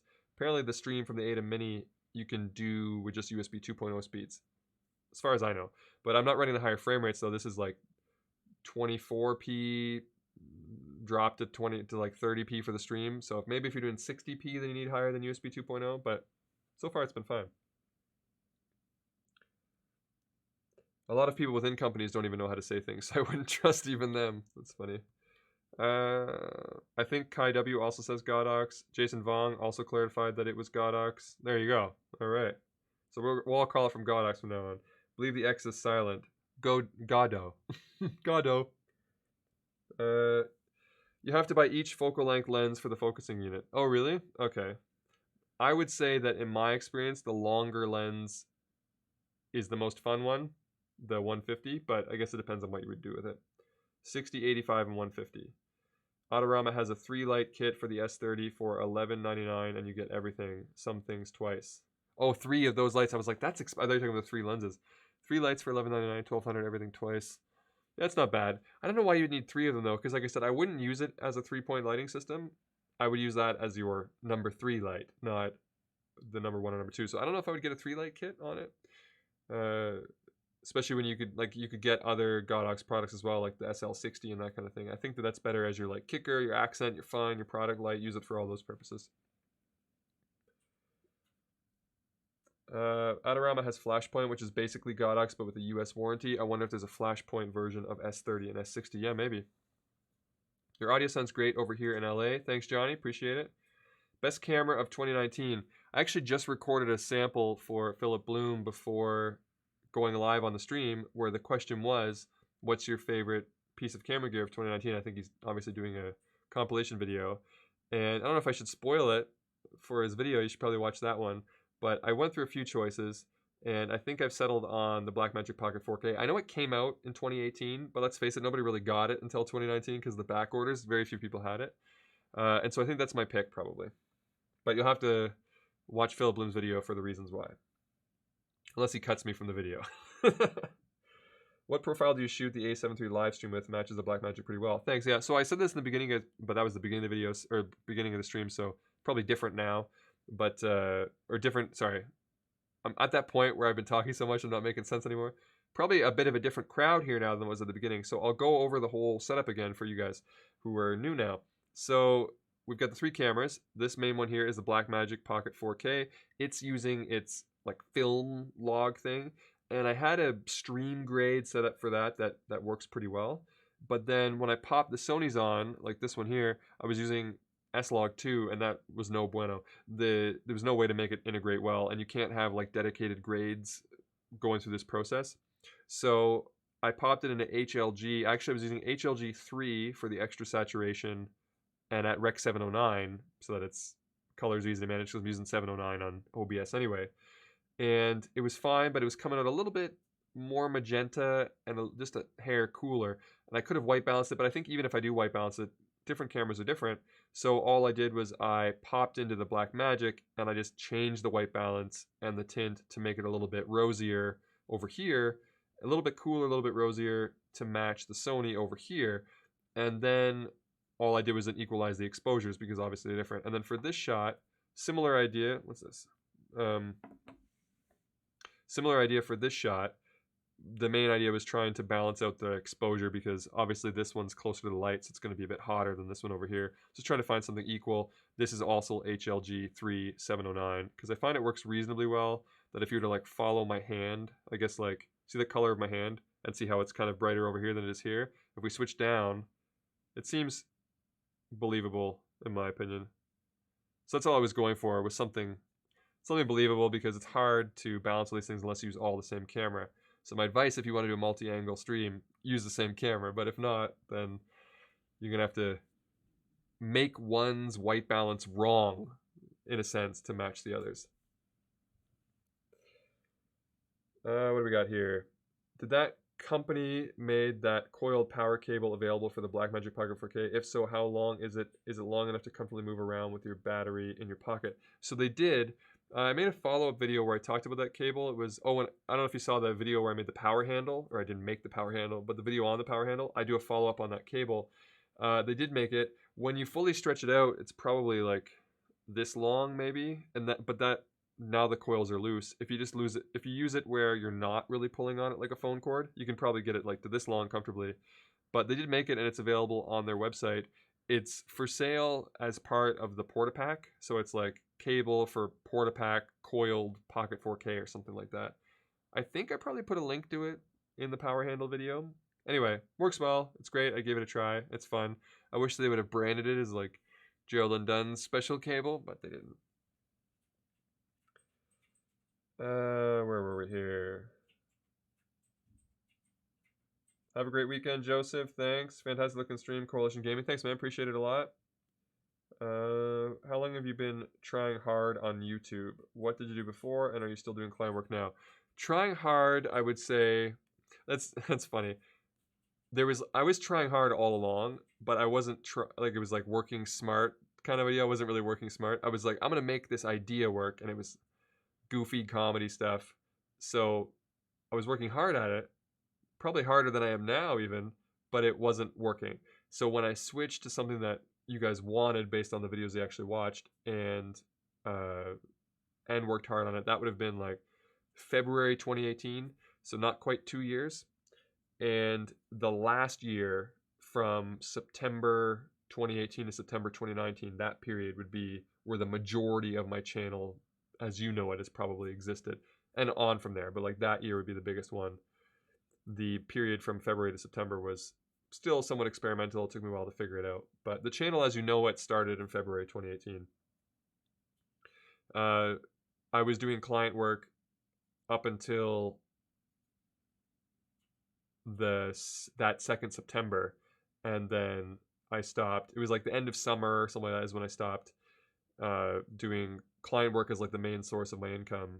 And then I think there was some residual stuff after that I did, and then now I'm at a phase where I don't do any, which I'm thankful for, because I'm not a good salesperson or like doing all the sort of back and forth aspect of client work, and I like having all my autonomy to do this kind of stuff, so that's great.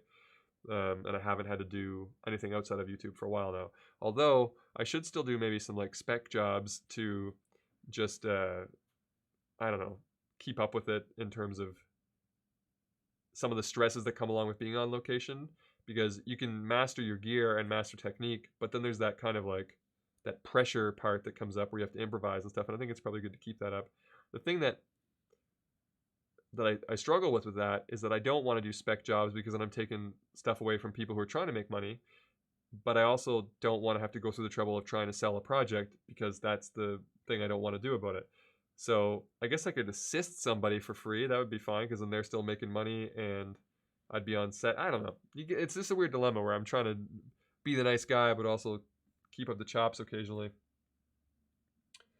Where were we here?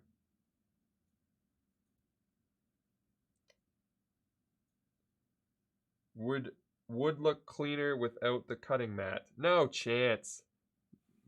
This is what you need. You need the cutting mat when you. I mean, I have a laptop here, so yeah, this shot might be okay with the cutting mat. But when the laptop's not here, like this, it's still going to be in the corner. But this shot looks great. That way, if you're talking about something, and we get this in focus up here, it adds a certain. Hey, there we go. Adds a certain dimension to the shot that I like. I like wood grain as much as the next guy, but I know what I'm doing here, fam. Every time you make a video on anything, you always get people like, "It'll look better if you got that light out of there. It's distracting." Hey, hey, hey. I'm designing sets around here, okay? What do you got here? Do you tweak the color depth on the A7 III? I don't ever touch any of that stuff, no. I'm not a big fan of it. I think it's better to leave the camera au naturel, tweak things down the road. I know for the live stream it might be useful based on that question, but I can still tweak certain aspects in OBS and then try and do it that way. The reason why I prefer that is because I don't want to do recordings and stuff that have tweaked color depth, because then if you're trying to use a LUT or you're trying to do some sort of ACES conversion or something like that, you're using adulterated file now, and so I don't think it's a great idea, and I don't encourage anybody to do that. The only thing I'd say, you can play around with the detail, like lower the sharpness, you can change your resolution, you can change your white balance, but leave the rest of the stuff alone. You want your cameras to operate the way other people's cameras do, not some sort of custom sophisticated camera just for you that has unique colors and stuff like that. Do that stuff in post. Save a power grade, you know? Flight Path, stopping by to support. Keep it rolling, Gerald. Love the new set. Thanks, man. Appreciate it. Hopefully I'll see you again soon. You coming to any of the conventions coming up? Awesome live stream. Very natural on camera. Keep up good work. Thank you very much. It's very kind of you. And then you're inspiring me to keep on trucking. You're on your way. Thanks for sharing this. Appreciate that. Lafitte Studios means a lot to me. Like I said, probably, I think in my opinion, the biggest compliment you can get doing what I'm doing here is that you're inspiring people to do what they're doing. That's the goal, really. I'm trying to provide you some information for value, save some money. I don't know, I'll beat the hell out of gear so you don't have to, kind of thing. Save your time. But then beyond that, I don't do a lot thinking that it's going to be inspiring, because I think I don't want to waste your time. So if I make a video, sometimes I think, oh, it'd be fun to do this or that, or shoot this thing that way. But I also think I've got you for 10, 15 minutes. I'm going to try to dump as much information as I can. So when you tell me that it's still inspiring, then that's great, because that means I'm being efficient with your time and it's working, you know? So I really appreciate that. Dilemmas are easy. Try dealing with the trilemma. Okay. Trilemma. You should play your piano keyboard live sometime. I'd have to come up with a whole new shot for that. I got the Git box here. This one's in reach, and I can do this in the shot. I'm not going to play, though, because some of that seems... How's that sound? The mic's far away. Does it have, like, a nice kind of reverb? What if I use the pick? Ooh. It's time to change these strings out. Listen to that. They're dead on the inside. Also, what are my levels like?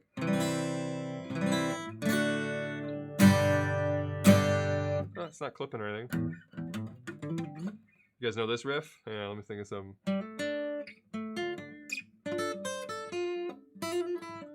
As a joke on the, I was in a mic review video, and I was saying that there was some channel bleed. This is the spoiler for anybody who watched the video. And there was a song that was playing that was bleeding through, and it was so hard to hear, and I was like, bonus points if you can guess what song it was. There was one person that said it was Sultans of Swing from Dire Straits, and you're right, that's what it was. I think it was like in the middle of the song. That's what it was. What else? I don't know. The funny thing about playing guitar on YouTube is one time I played a... it was an intro. Somebody requested, you know, you request the intro, somebody said, it was a Matchbox 20 lyric. I don't remember what it was. And so I played it. It was, hold on.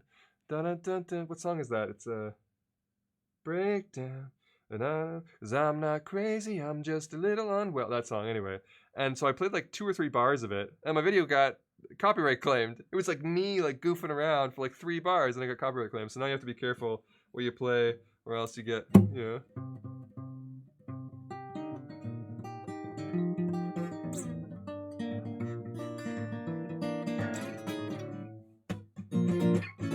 The strings are like rusty, and they're like hard to play. Anyway. Sounds okay. You guys know this one? Yeah.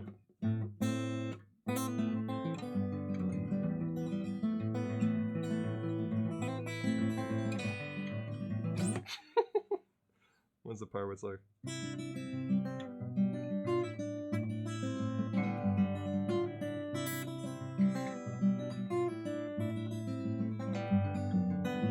Okay, that's enough of that before the whole stream gets claimed, because guy goofed around on his guitar for 5 minutes, so MGM or whatever owns 100% of everything I ever make. Okay, and we're back. That was brought to you by our sponsors at Yamaha. Where the hell was I? What do you guys got me doing here? Dancing like a clown? All right.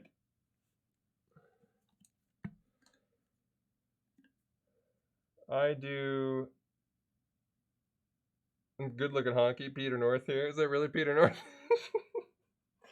I do street photography au naturel, always ends with an arrest.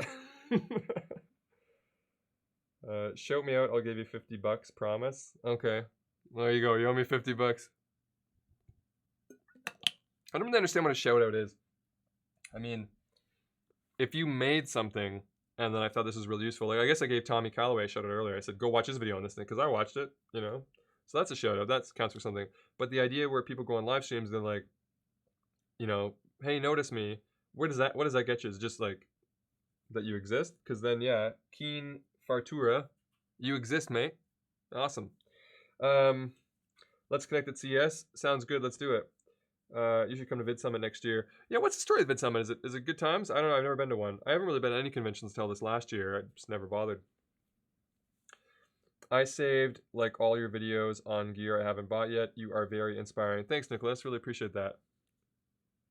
Are you always using the promoter on your vids? The prompter, the teleprompter?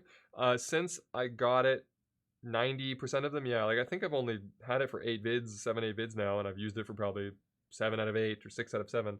It's definitely saves some time. It's handy. I like it. Best budget mid-level audio recorder with 2 XLR inputs. I don't know, probably like the Zoom H4n, whatever that one is. I really like the Zoom F6, but I'm not sure like that would be a mid-level recorder in my opinion, but it'd be on the high end of the mid-level recorders. So, do you have acoustic foam panels in your studio? Casey might not be happy with you. I put some up on top of the desk, just almost like for art or like art. I don't know what do you call it, wall art more than anything. It was the only reflective wall that was still exposed, and so I put some up there.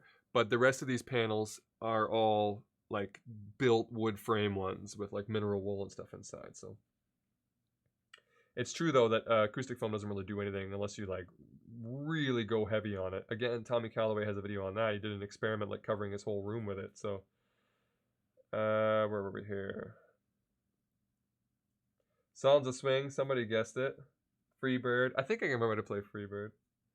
I bought the DNA 15 backpack because of your review. Keep up the great work. Still, get rid of that mat. LOL. No way. Egos, play some please.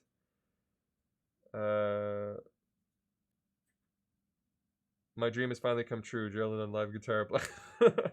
How much do you labor over achieving perfect color all the time over just story, especially in travel situations? I find it satisfying to get accurate color, but taxing a color check all the time. Yeah, it's tricky. For this channel, I try harder because especially if I'm going to make something talking about color, it's one of those things where you kind of have to show that you know what you're talking about with every video, so you can't let anything slide. So, you know, you guys even noticed when I was talking over here, I was off axis and you're like talking about the audio. So then I have to think about like my mic placement. It's kind of got everything right. So I do probably spend a lot of time on color. You know, this stream, for instance, annoys me because I know how many Kelvin this white balance is out just based on the fact that I changed it or whatever. But sometimes you have to make concessions. Like with a live stream, I'll make a little bit of concessions in the audio and the video. But with my videos, I try not to. That was Matchbox 20 you were referencing, I believe. Yeah, it was, yeah. I'm a musician and guitarist. I play for Nita Strauss of Alice Cooper, her solo band. That's cool. Awesome. Yeah, you said that you knew the guitarist from Trans-Siberian Orchestra, right? Watching from Antigua in the Caribbean. Oh, sweet. Classical Gas, somebody guessed it. Let's hear some Metallica on that bad boy. I could probably bang out a couple Metallica things, but it would sound weird on hang on, I got a funny one for you. I know I split this thing away. We're gonna bring up a copyright strike, but here you go. I'm not gonna play ones that are obvious, but I think I can play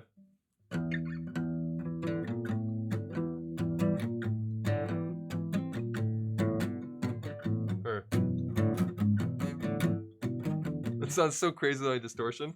I guess the ticket would be to play something like is it Fade to Black?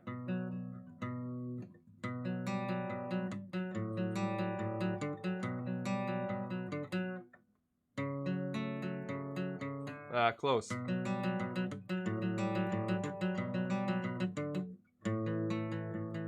Ah, there it is. I don't know. Okay. Now, back to where I was.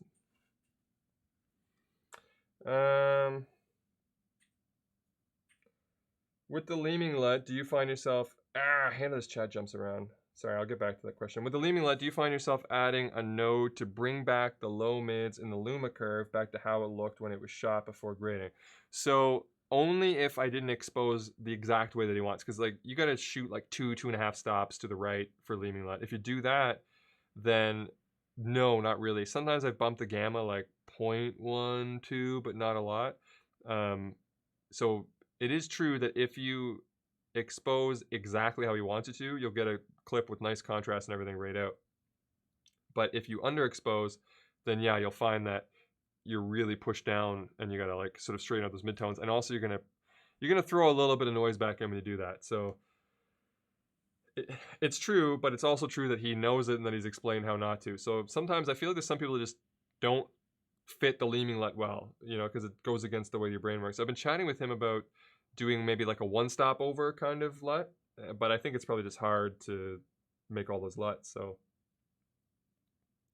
can they claim donations? No, I don't think so. I think it just like, I think the stream is monetized, so there might be like, if you're watching on a browser, there might be like display ads or something. They'll take all that money from it. Really dig this new minimal studio setup. Thanks a lot, Daniel. Appreciate it. Have a good night, Phil. Thanks for joining the stream. Really good playing for just taking out the guitar from the cold. Yeah, thanks. You know what's funny about this YouTube thing is I don't play music enough anymore now. Well, my light is blocking my keyboard, so the one thing that's about guitar, if anybody knows it, is that you build up calluses on your fingertips, and when you play regularly, you don't even know this anymore. It's only when you first start playing ever that you're like, wow, these strings are so hard. What I've learned recently is that you lose that. Like, after a few months, you lose it, and then you start playing the guitar again. You're like, ow, it hurts again like when I first started. So that's the biggest challenge if you don't keep it up, is that your fingers lose the sort of like their hardness to really press the string. And so you get a lot of like fret buzzing and fret looseness. It just sounds sloppy.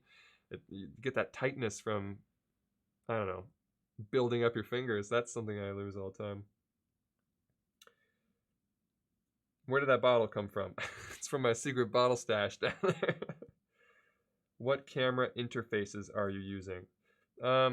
So the Sony cameras are coming right out of the camera, just using an HDMI adapter. And so is the Blackmagic, actually. And then they're running into this ATEM Mini here, straight HDMI. Sometimes I use I'll put ninjas on there, and I can do LUT processing in that, which is handy. So that's the other option you have. It costs you more money, obviously, though. But on each one of your cameras, you could use a monitor, as long as it had input-output, load a LUT on there, and then you could have them all kind of tweaked so that the feed that's coming out of the monitor is exactly what you want. But because I'm running all these straight out of camera, are all the batteries still cooking? Yeah, they are. Because I'm running all these straight out of camera, that's how I need to do that tweaking. And then we're running them into the ATEM Mini over here. Okay. What if there's an electronic ND filter which could control light on a pixel by pixel basis, infinite dynamic range? I mean, that sounds so incredibly complicated. Like, it sounds like something super computational that we wouldn't see in like a camera.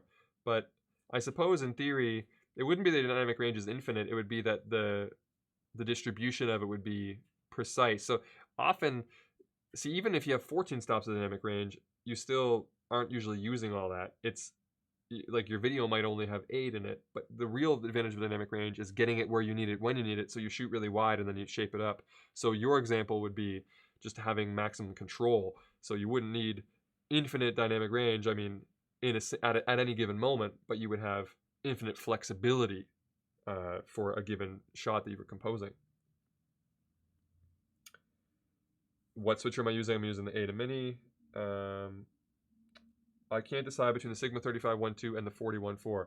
You might have seen my video on it. I covered it in my video. I said I'd rather have the 4014. I actually found the 3512 to be similar in focal length to the 40. I would say the 35 to me comes in around like a 37, something like that. So, and the 40 I was getting like a 39 vibe. So they're actually not that far off. And the 35 has does it have a focus clutch and a declicked aperture ring or whatever, which is nice. But the 40 I actually found had better MTF. It was a little bit sharper. So for me, depending on what you're using it for and the price at the time, get whatever's cheaper, probably. I don't know. It's not a huge difference. Do you have trouble writing scripts? It seems like it takes me forever to write in my own voice.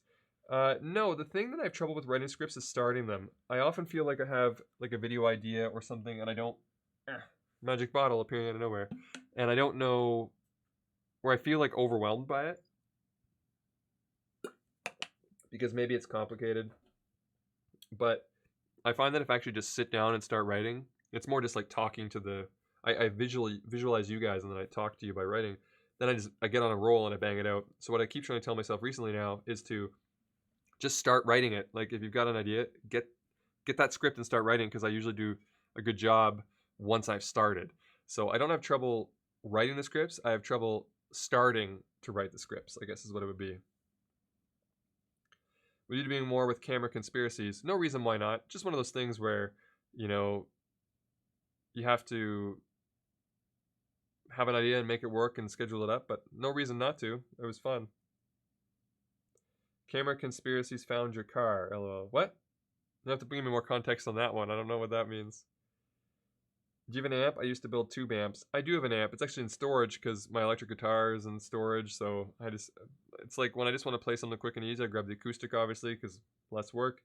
But I do have an amp. I have like a Line 6 Spider. Nothing fancy. Is there any difference between the DC GH5 and the Lumix GH5? No, it's just a coding system. The sound in your studio sounds really good. Thanks so much. Man, I tried something once. So you full-time editing in Resolve? Yeah, lately I've been doing pretty much everything in Resolve. Yeah, the odd time I pop open Premiere when I need to sort something out that I, like, something quick that I don't know how to do in Resolve, and it's just like, I just gotta, you know, test a quick feature or something like that. I might pop open Premiere for that, but the better I get with Resolve, the fewer times I need to do that, so. Love your in-depth reviews and explanations. A nice haircut, by the way. Greetings from Denmark. Thanks so much. Really appreciate that. So what's up with the merch? Is there a link in the description? I think so. If not in the stream, there's definitely one in all my other video descriptions. I don't know if I've put it in the stream box yet. If not, I'll try to get that going. I just did some weird gesture on this trackpad I wasn't familiar with and closed all the windows at once or like minimized them. Enter Sandman. There you go.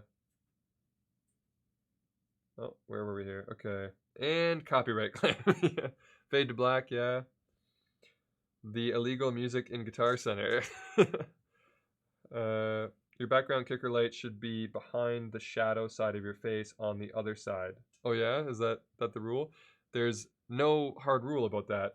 The idea is I don't need to put it on that side if I have the kicker light here because this provides a better contrast. If you look at the gradient, which is what's important, from the sort of bright red side across to the purple side, this side of the table is better lit. So you get contrast of this sort of like shiny wood against the dark purple and the darker wood side against the red. And also the lit side of my face against the red in the background provides a nicer kind of like, I don't know, coloring, like when you look from your eye from the light side to the dark side, where if you put a red color on the dark side of your face, it makes you feel like the temperature's off because middle gray gets affected more than by the brighter side.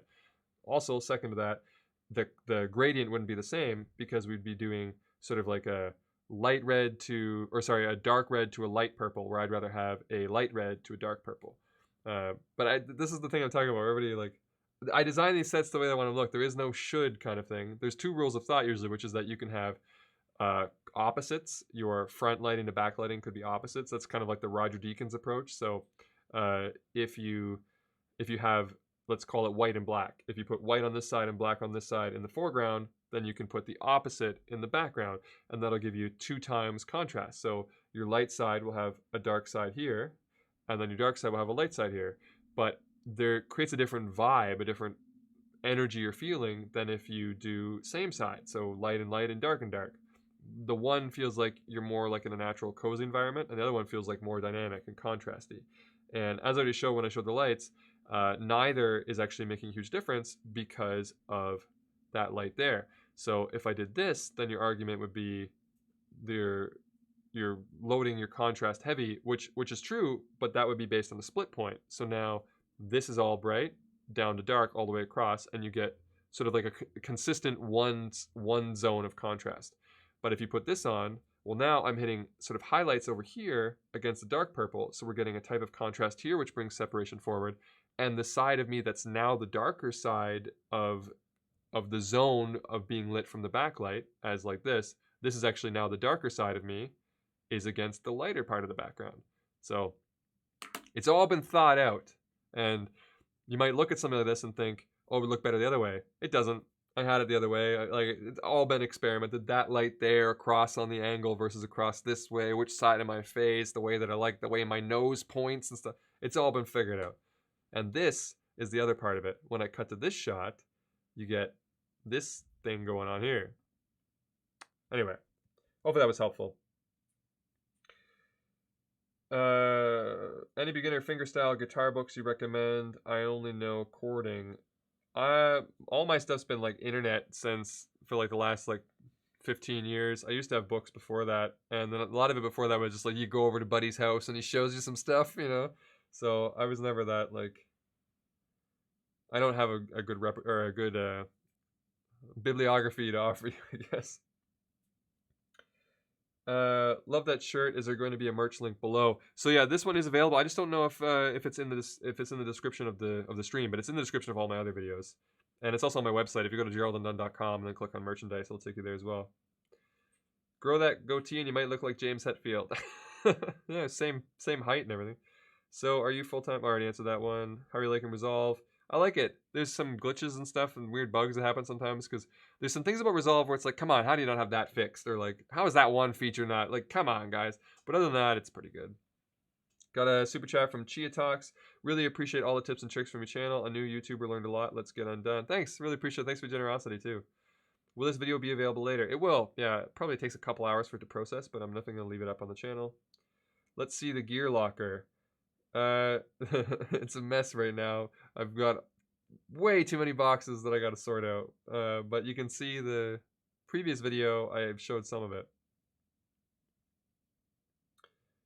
Okay. How much did the live stream package cost, or what do you recommend for live stream to camera for Facebook Live? So the ATEM here is actually pretty affordable. I want to say it's like $2.99 for this thing. And you just put your HDMI feeds in that. And it gives up to 4 cameras for that, which is really, really good value in terms of a capture card.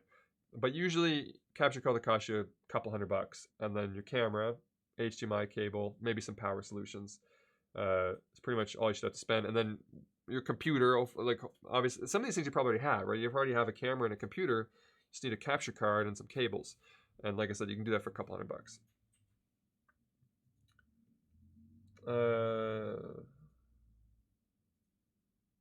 How would you go about applying a final look when grading using Film Convert and different cameras? Or is Film Convert something you would use on each clip and then add a look? So I like to think of Film Convert as like the complete idea. I don't use Film Convert unless I'm going to use Film Convert completely. So for me, I would load the different cameras in, choose the appropriate camera pack for them, and then choose a similar film stock for the cameras, and then apply a similar grade to them. And then that's it, that's done. You get so much like contrast and, like we'll call it finish to an image just from Film Convert, that especially the new one, the nitrate definitely is a complete idea. There's a big improvement on the nitrate over the previous one, and I don't think you need. I think if you get comfortable with Film Convert, you don't necessarily need to use anything else. Like if you look at Philip Bloom, like all of his stuff is just great on nitrate all the way through now. So you can definitely do it all in there. Starting is always the hardest part of anything, but once you do, it just gets better and better. It's not like wanting to go to bed and then not wanting to get up in the morning. We hate change. That's fair. One of my favorite quotes, probably going to butcher it, but was I hate writing, but I love to have written. I don't remember who said that, but I'm stealing it from somebody, but I think it's a great quote that applies to a lot of stuff, Maybe like you hate starting a video, but you love it when your video's done, Do you strictly shoot in B-RAW or do you use ProRes? I don't use ProRes at all, hardly ever. I'm a PC user. It's inefficient in some ways. I mean, it's fine. Like most of the bugs are removed, but I either use B-RAW because why not, or on the Sonys when I'm recording to the Ninja, I use DNX because DNX does work a little bit better than ProRes in my current setup. But we'll call it ProRes alternative. Your car is in Camera Conspiracy's latest video, liked your recent collab with him. Oh, I'll have to go check that out. I didn't know that. Can you explain me in 1 minute how DaVinci's project thing works? I come from Premiere and love project files, but I don't understand Resolve. So the project is kind of like, well, they're similar. I guess the projects are similar. There's just a couple different layers. Resolve has like a database, and then within that there's projects, and then the projects are just like projects in Premiere, but it just has like a different way of sort of like laying it out for you, and they're all stored within like a database. And then the projects, they have settings for the project, which are kind of like a mixture of, no, there's project settings in Premiere too, and then you have your timeline. It's actually pretty similar. I think you probably just have to like, watch a couple like introductory videos on it, and then just plug around with it for a while on the side. That's what I did for a couple weeks. Thanks a lot for all the vids you're making. It really helps me deciding which way to go with gear. Thank you very much.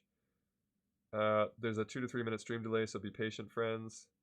Hi, Gerald. Love your content and informative videos you push out. Big reason that pushed me to get the 4K, and I absolutely love the camera. Glad to hear. Yeah, I think it's a great camera.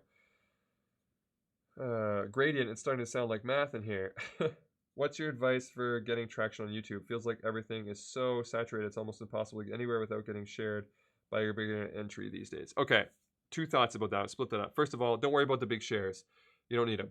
If you get like a huge share, that is, where you you get 20,000 subscribers from a collab or whatever. That's not going to help you. It's going to hurt you because you're not going to know what the hell you're going to do with those subs anyway. You wouldn't have built a channel organically, and they may not stick around for when you develop what your content's going to be like. And then you've got one of those channels with too many subscribers and not enough views.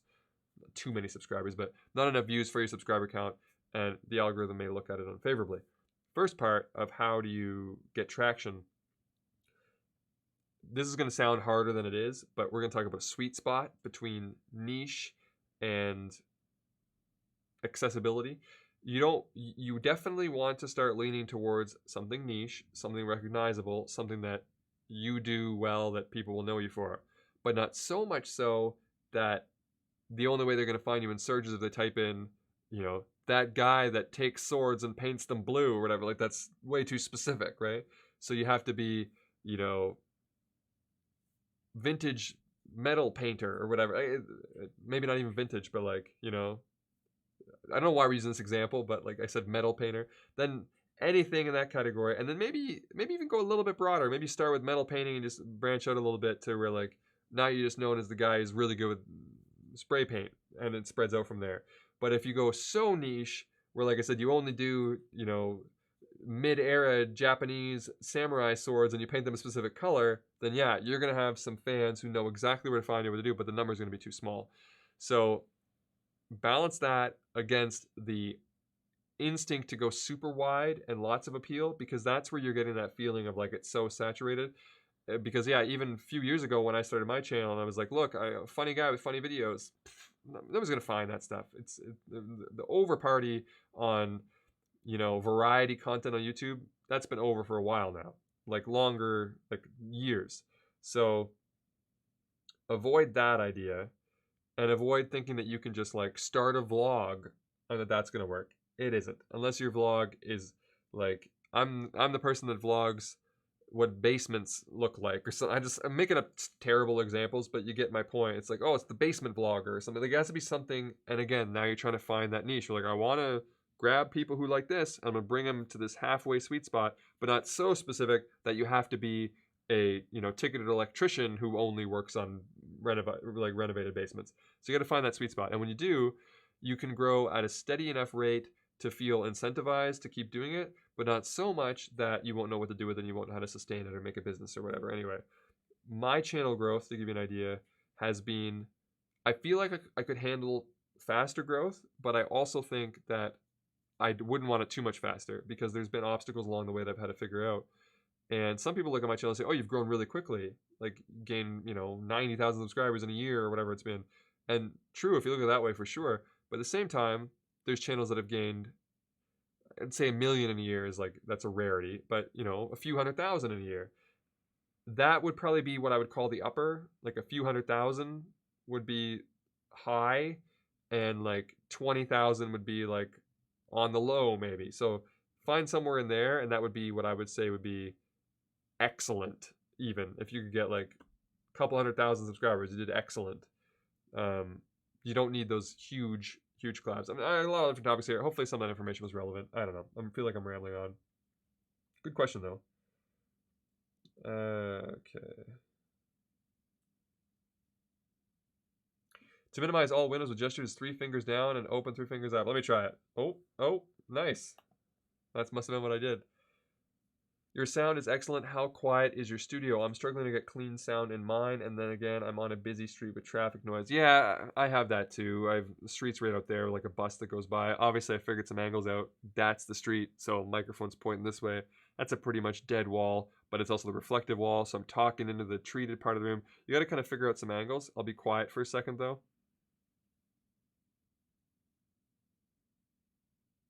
So it's pretty quiet in here. Most of the noise is coming from over there where the computers are and stuff like that. But again, the mic's like this, so that's in the most rejected section of the mic. So figuring stuff out like that will help. But thank you. I appreciate knowing that the audio is good. From the side, there's a Beavis vibe happening. Okay. Process or process? Well, if you ask me, the word's process. I'm Canadian, though. The Americanized way of saying it is process, but I don't say that. Although, strangely, Linus Tech Tip says process, and he's Canadian, so he's just doing it wrong for a Canadian. I prefer protrast to contrast. Okay. Thoughts on The Mandalorian? Haven't seen it. I haven't watched a single episode of it. No reason not to, just haven't.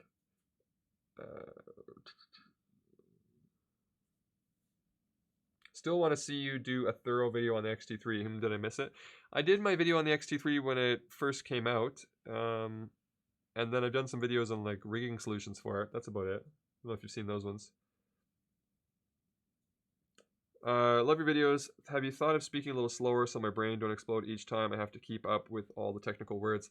My videos are slower than they used to be. I don't know that I can go much slower because, as you can tell, even from this live stream, I just talk quickly. But if you watch some videos that are maybe like a year old and then watch the ones that are a month old, you'll notice that I used to talk probably like, I also used to cut away any excess. So it would be just immediately one concept after another. You know, this is a monitor. This is a monitor's got this thing. Or when talking about the monitor, we're talking about this guitar, and just go like that. Now I kind of be like, and that's the best part about using the monitor. Another thing I want to talk about, that's a new thing. I've like added these kind of like pausey kind of segues, and I've brought down the, probably talking about 80% speed. It's difficult. If I talked any slower, it would feel less natural to me. And then I'd worry that you would lose that. It's a tricky thing. I apologize that I know I do talk quickly. I'm aware of it. So I apologize for any like inconveniences it causes. Some people have pointed out that you can slow me down on YouTube, which is actually quite comical. I sound a little bit drunk. You can hear me clearly, but it's like, yeah, and so the new camera is the good one to get when you... It's funny. You should try it out sometime. It's pretty funny. Vid Summit is amazing. It's specifically made for creators, so it's an awesome time. Got to meet so many creators and make friends there. YouTube can be a lonely space. Hashtag not sponsored. But thanks, I appreciate the information. I'll look at it for sure. It just happened recently, right? So the next one will probably be like 10 months away or something. Is that a Dell XPS 15? It sure is. This is the 9570, I think is what it is. A little schmutz on it too. Damn it, the blue swords thing is my thing. Gold advice on getting traction. Thank you so much. You're welcome. My pleasure. Indirectly ambiguous. Have you ever promoted yourself, or was it all organic? Way, way, way back in the beginning when I had 50, 60, 70 subscribers, something like that. And I first was like, you know, signing everything up with Google. I got an AdWords credit, I think it was, which is like they give you like $100. You can run whatever ads you want on Google, just like a free thing for signing up. And I didn't really have anything to run at the time, so I took my channel trailer, the one that was my channel trailer back then, and I made it a Google ad, and I like targeted the demographics and played it or whatever. I think I gained like 5 subscribers from it, and I wouldn't recommend it. It didn't cost me anything, so I'm not fretting about it. But there's 2 problems with it. One, I don't think it's very effective. I think that people separate ads on YouTube from the content on YouTube, so there's kind of like a different mindset to it. And unless you're like Ty Lopez, you're not going to see the ad as like, oh, that's something I should go watch, because you automatically think of it as like a product. And the second thing is, I think it kind of comes off as a little bit, I don't know what the right word is. Not like cheating, but like I think people view it as like cheap or something, like, oh, that's not legitimate or something. And I think there is a stigma with that. And I think I even feel the same way about my own experience. Like for me, organic growth feels better to get. So I think there might be some psychological aspects to it as well. So I wouldn't recommend it. I think it's a waste of time and money, to be honest. Unless your thing is a business and you're trying to sell that. But the basement vlogger sounds like a horror movie. Have you won any awards so far in your career? Related to this stuff, no, not at all. Like I've won awards in the past for like writing and stuff like that, but not to do with this. Bass traps. Get a sound blanket. That helps a lot. I mean, for sound, I mean. Okay. Yeah, there's bass traps right there. Can you even see those? They're too dark. Probably in the vignette. Are you gonna make a gear list for the show? Add any recommendations on a V-mount, 26 watt, 290 battery, 12 amp draw? By the way, to show on my list. You've helped me tremendously. V-mount batteries that I like Bebob batteries. I like Indie Pro Tools has some decent batteries. Who else do I got over there? Bebob has like the best batteries. I don't know the best value batteries, but the best batteries. Like Soonwell has some cheap batteries. Yeah, I don't know. The Bebob ones are somewhat expensive. They come from Germany, but they're really, really good. Indie Pro Tools has some decent. I think they've got a 290. I don't know. Those are the ones that I would recommend generally off the top of my head. Bruh, I don't watch any shows, but Mandalorian is absolutely amazing. Highly recommend. All right, appreciate the recommendations from Johnny as well as you. Can you do a video on how to get into videography? I do photography, but I'm interested in video. No idea where to start. Yeah, you know what the best option is? This is not sponsored, but Philip Bloom is 5 out of 6 episodes into his filmmaking for photographers class on MZ. It does cost a little bit, it's like a couple $100, but it's really, really worth it if you want to get inspired and learn some skills. I would highly recommend checking that out. If you adjust video speed to 0.75x, it's perfect. Yeah, it's perfect for speed, but I do sound drunk. It's funny. Is this live? Jason, you're live right now. I don't think we're going to be live much longer. I think we're probably going to wrap this up in a minute here because we just hit the 2-hour mark. That last hour went by really quickly. The first hour of explaining everything and then second hour here.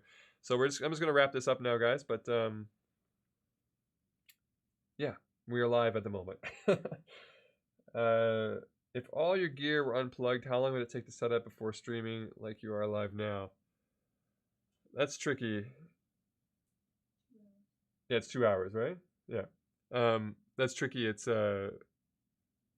if I get to keep everything in the same positions, it wouldn't be so bad because obviously like I have everything set up. But I don't know, just up here I've got power, video, mic, battery running down over. This light's got a power cable, that one's got HDMI and power, HDMI and power. They all run. All the HDMIs run here. This has power. This has power. USB-C goes to that computer. That has a cable. This has a cable. So there's 14 cables on the floor. 2 have to go all the way over there. The rest of them connect here. I would say 15 minutes if most everything stays the same. If all the tripods were collapsed and put on the rack and all the cameras were on the shelf, an hour, maybe a little bit longer, probably to set it all up. It's not necessary to do all that though, obviously. I mean, you could do it a little bit easier.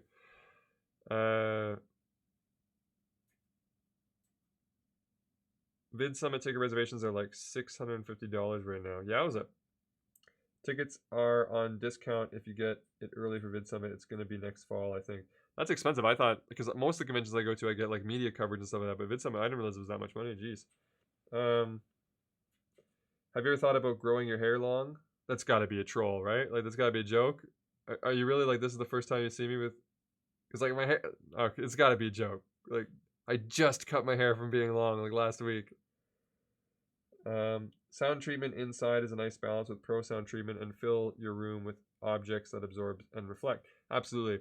That's the main thing, is trying to build things off the wall too, so that, you know, if you can't put a couch and stuff in there, then you got to come with other things. Do you like your Sigma 35mm 1.4? Big fan of Sigma 35. I actually don't have that lens anymore though. I traded it in for the Sony 35 1.8 just for some conveniences in terms of size and mobility for the... I'm using it for like autofocusy kind of vloggy stuff. Not vloggy, but like when I'm traveling around. So I traded it in because I thought it was a better option. But my Sigma 35 1.4 was also a terrific copy too. So I did love it. It was a really, really great lens. Really good for photography too. Probably better for photography. And the Sony 35 1.8 is probably a little bit better for video.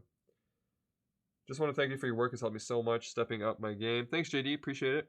How many gigabytes recording from 3 cameras? Obviously, it depends on how long you record. If I record for an hour on all 3 and I do external recording on all of them, it's about 300 gigs on each camera. But if I record internally on the card, then I don't know. I can just do some quick math. It's different depending on the camera. The Sony does 100 megabits per second. Megabits? Megabytes. I think it's megabits. So we'll do it times 60 times 60, and then divide that by what, like 1024? So yeah, I'm getting about 350, like 350 gigs would be like the average of an hour of like 4K something with like a loose codec. If you do it with like the 100 megabit codec, you're probably looking at like 60, 70 gigs for an hour, something like that would be my guess. I don't know.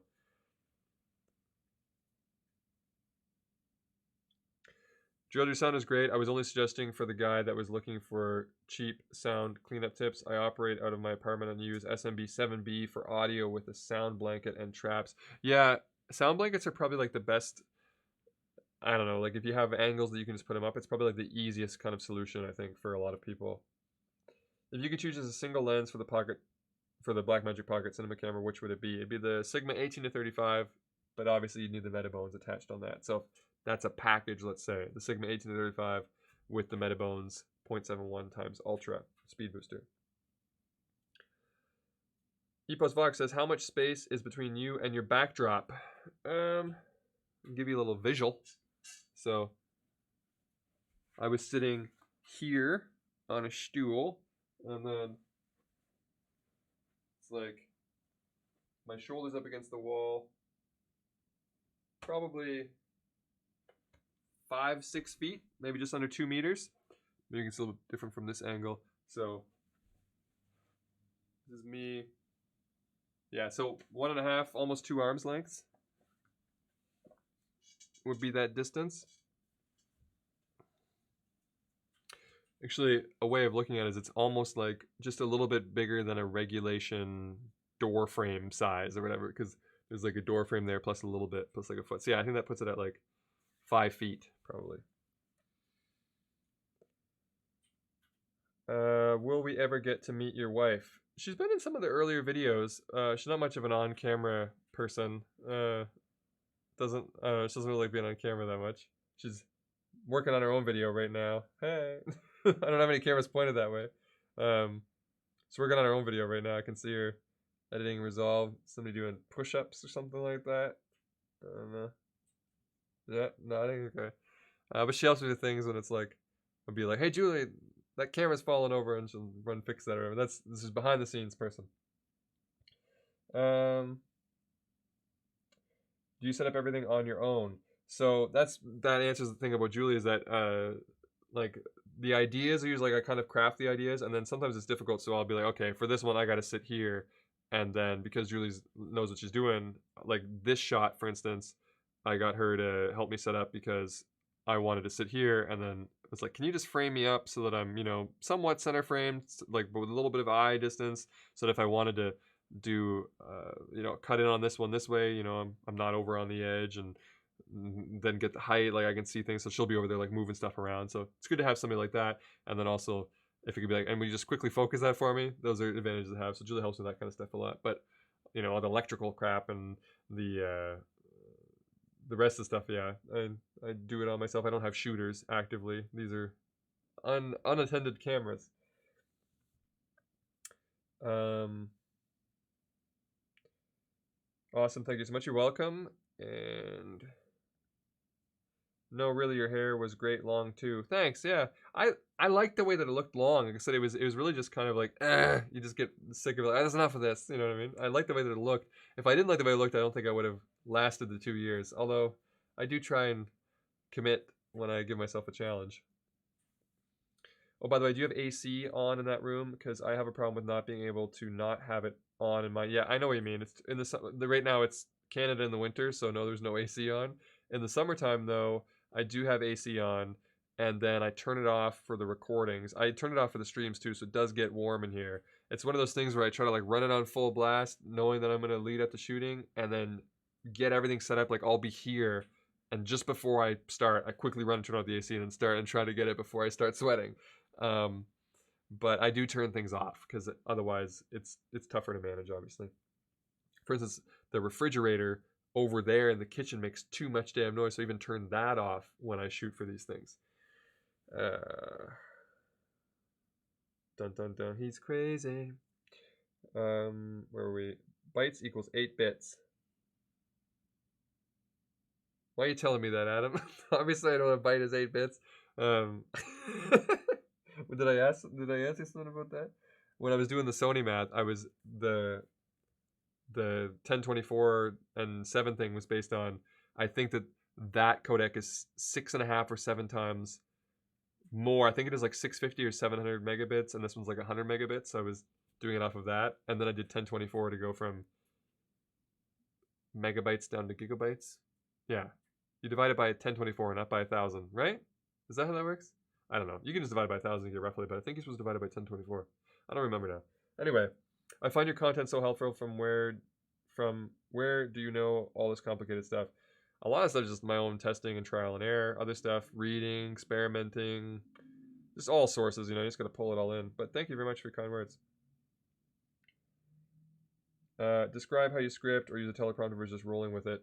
Most of the time, I write out my videos thoroughly, and then lately I've been using a teleprompter. Before that, I would memorize my scripts, which was painful. It would take me like 3 hours to record a video. Now I can record a video in like 45 minutes, give or take. So the teleprompters help with that, but the teleprompter is recent for me.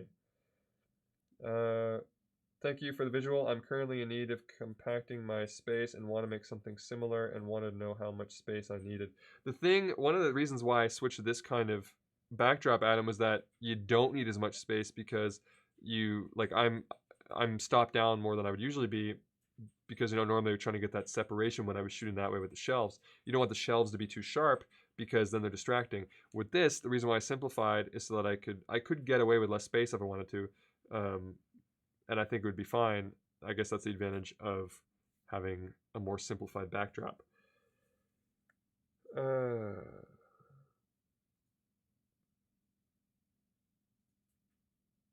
Where were we? Firstly, your intro jingle is so catchy, it gets stuck in my head for days. Days, dude. Also my wife because I hum it. No, he's crazy. Thanks. Gerald gotta run. Thanks for all you do. However, help me a bunch. If you make out to Vid Summit, you've got a coffee or beer on me. Cheers. Thanks, Johnny. Appreciate it. And thanks for joining the stream. I'm going to wrap it up here, guys. So I'll blast out the last few chats that are here.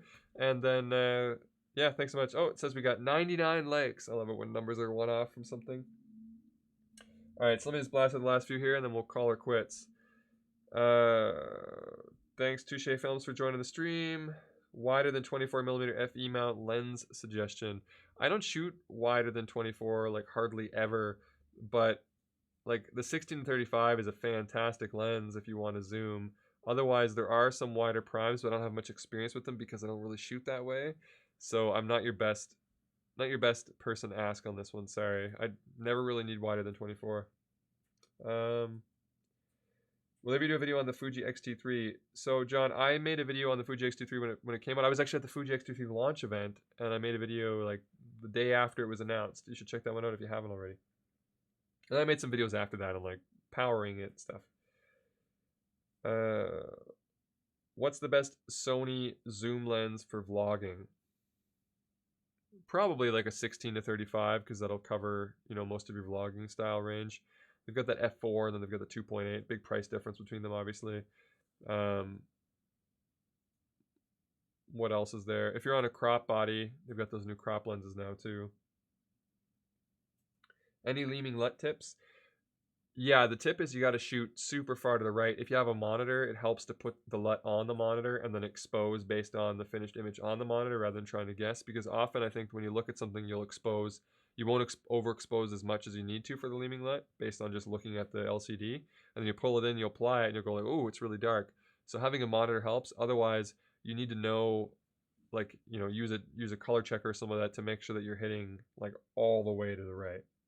His suggestion is to just set your clipping point and your zebras, you know, it's like 95% or 100% depending on the gamma, and then just go all the way up there and then come back a third of its top. That works most of the time as well. As soon as I said that, a bunch of likes came in. Thanks, guys. It went from 99 to 109. Now we've only got 109. How are we going to get to 110? What am I selling something over here? Do you use any Apple product? I used to like iPod and then iPhone. I haven't had an iPhone since the iPhone 5, but I had the iPod. iPod was legendary, excellent device, and the iPhone was pretty revolutionary as well. Just haven't had anything since then. What do you think of Helios 44 if you use one? Yeah, I got one over there. They're pretty fun. Yeah, it's got character. It's not the best lens in terms of like technically it's not an outstanding lens, but it does have a lot of character, which is fun. Usually you can get them for pretty cheap too and monkey around with them. Have a great night. Thanks, you too. Thanks for all the entertainment. Appreciate it. Great video. What's with the haircut? Bring back the long hair. It sounds like he's bringing back the long hair. It's probably not gonna. It's probably gonna stay off. What's your final codec when delivering to YouTube? H.264 MP4, I think, probably. Yeah, I do MOV files sometimes, but that's not codec. That's container. Yeah, so H.264. I miss seeing all that junk in your background. Yeah, it's fun. I can still see it. I guess you can't. I do like the more simplified set though. Give him 119. All right. You skipped my question. What was your question, Ian? Did I skip it? You can type it again if you want. You can have the last question. Any thoughts? Oh, on the Cine reflective system. What is that? I don't know what that is. Or I know it, but I don't know it by name. Let me see.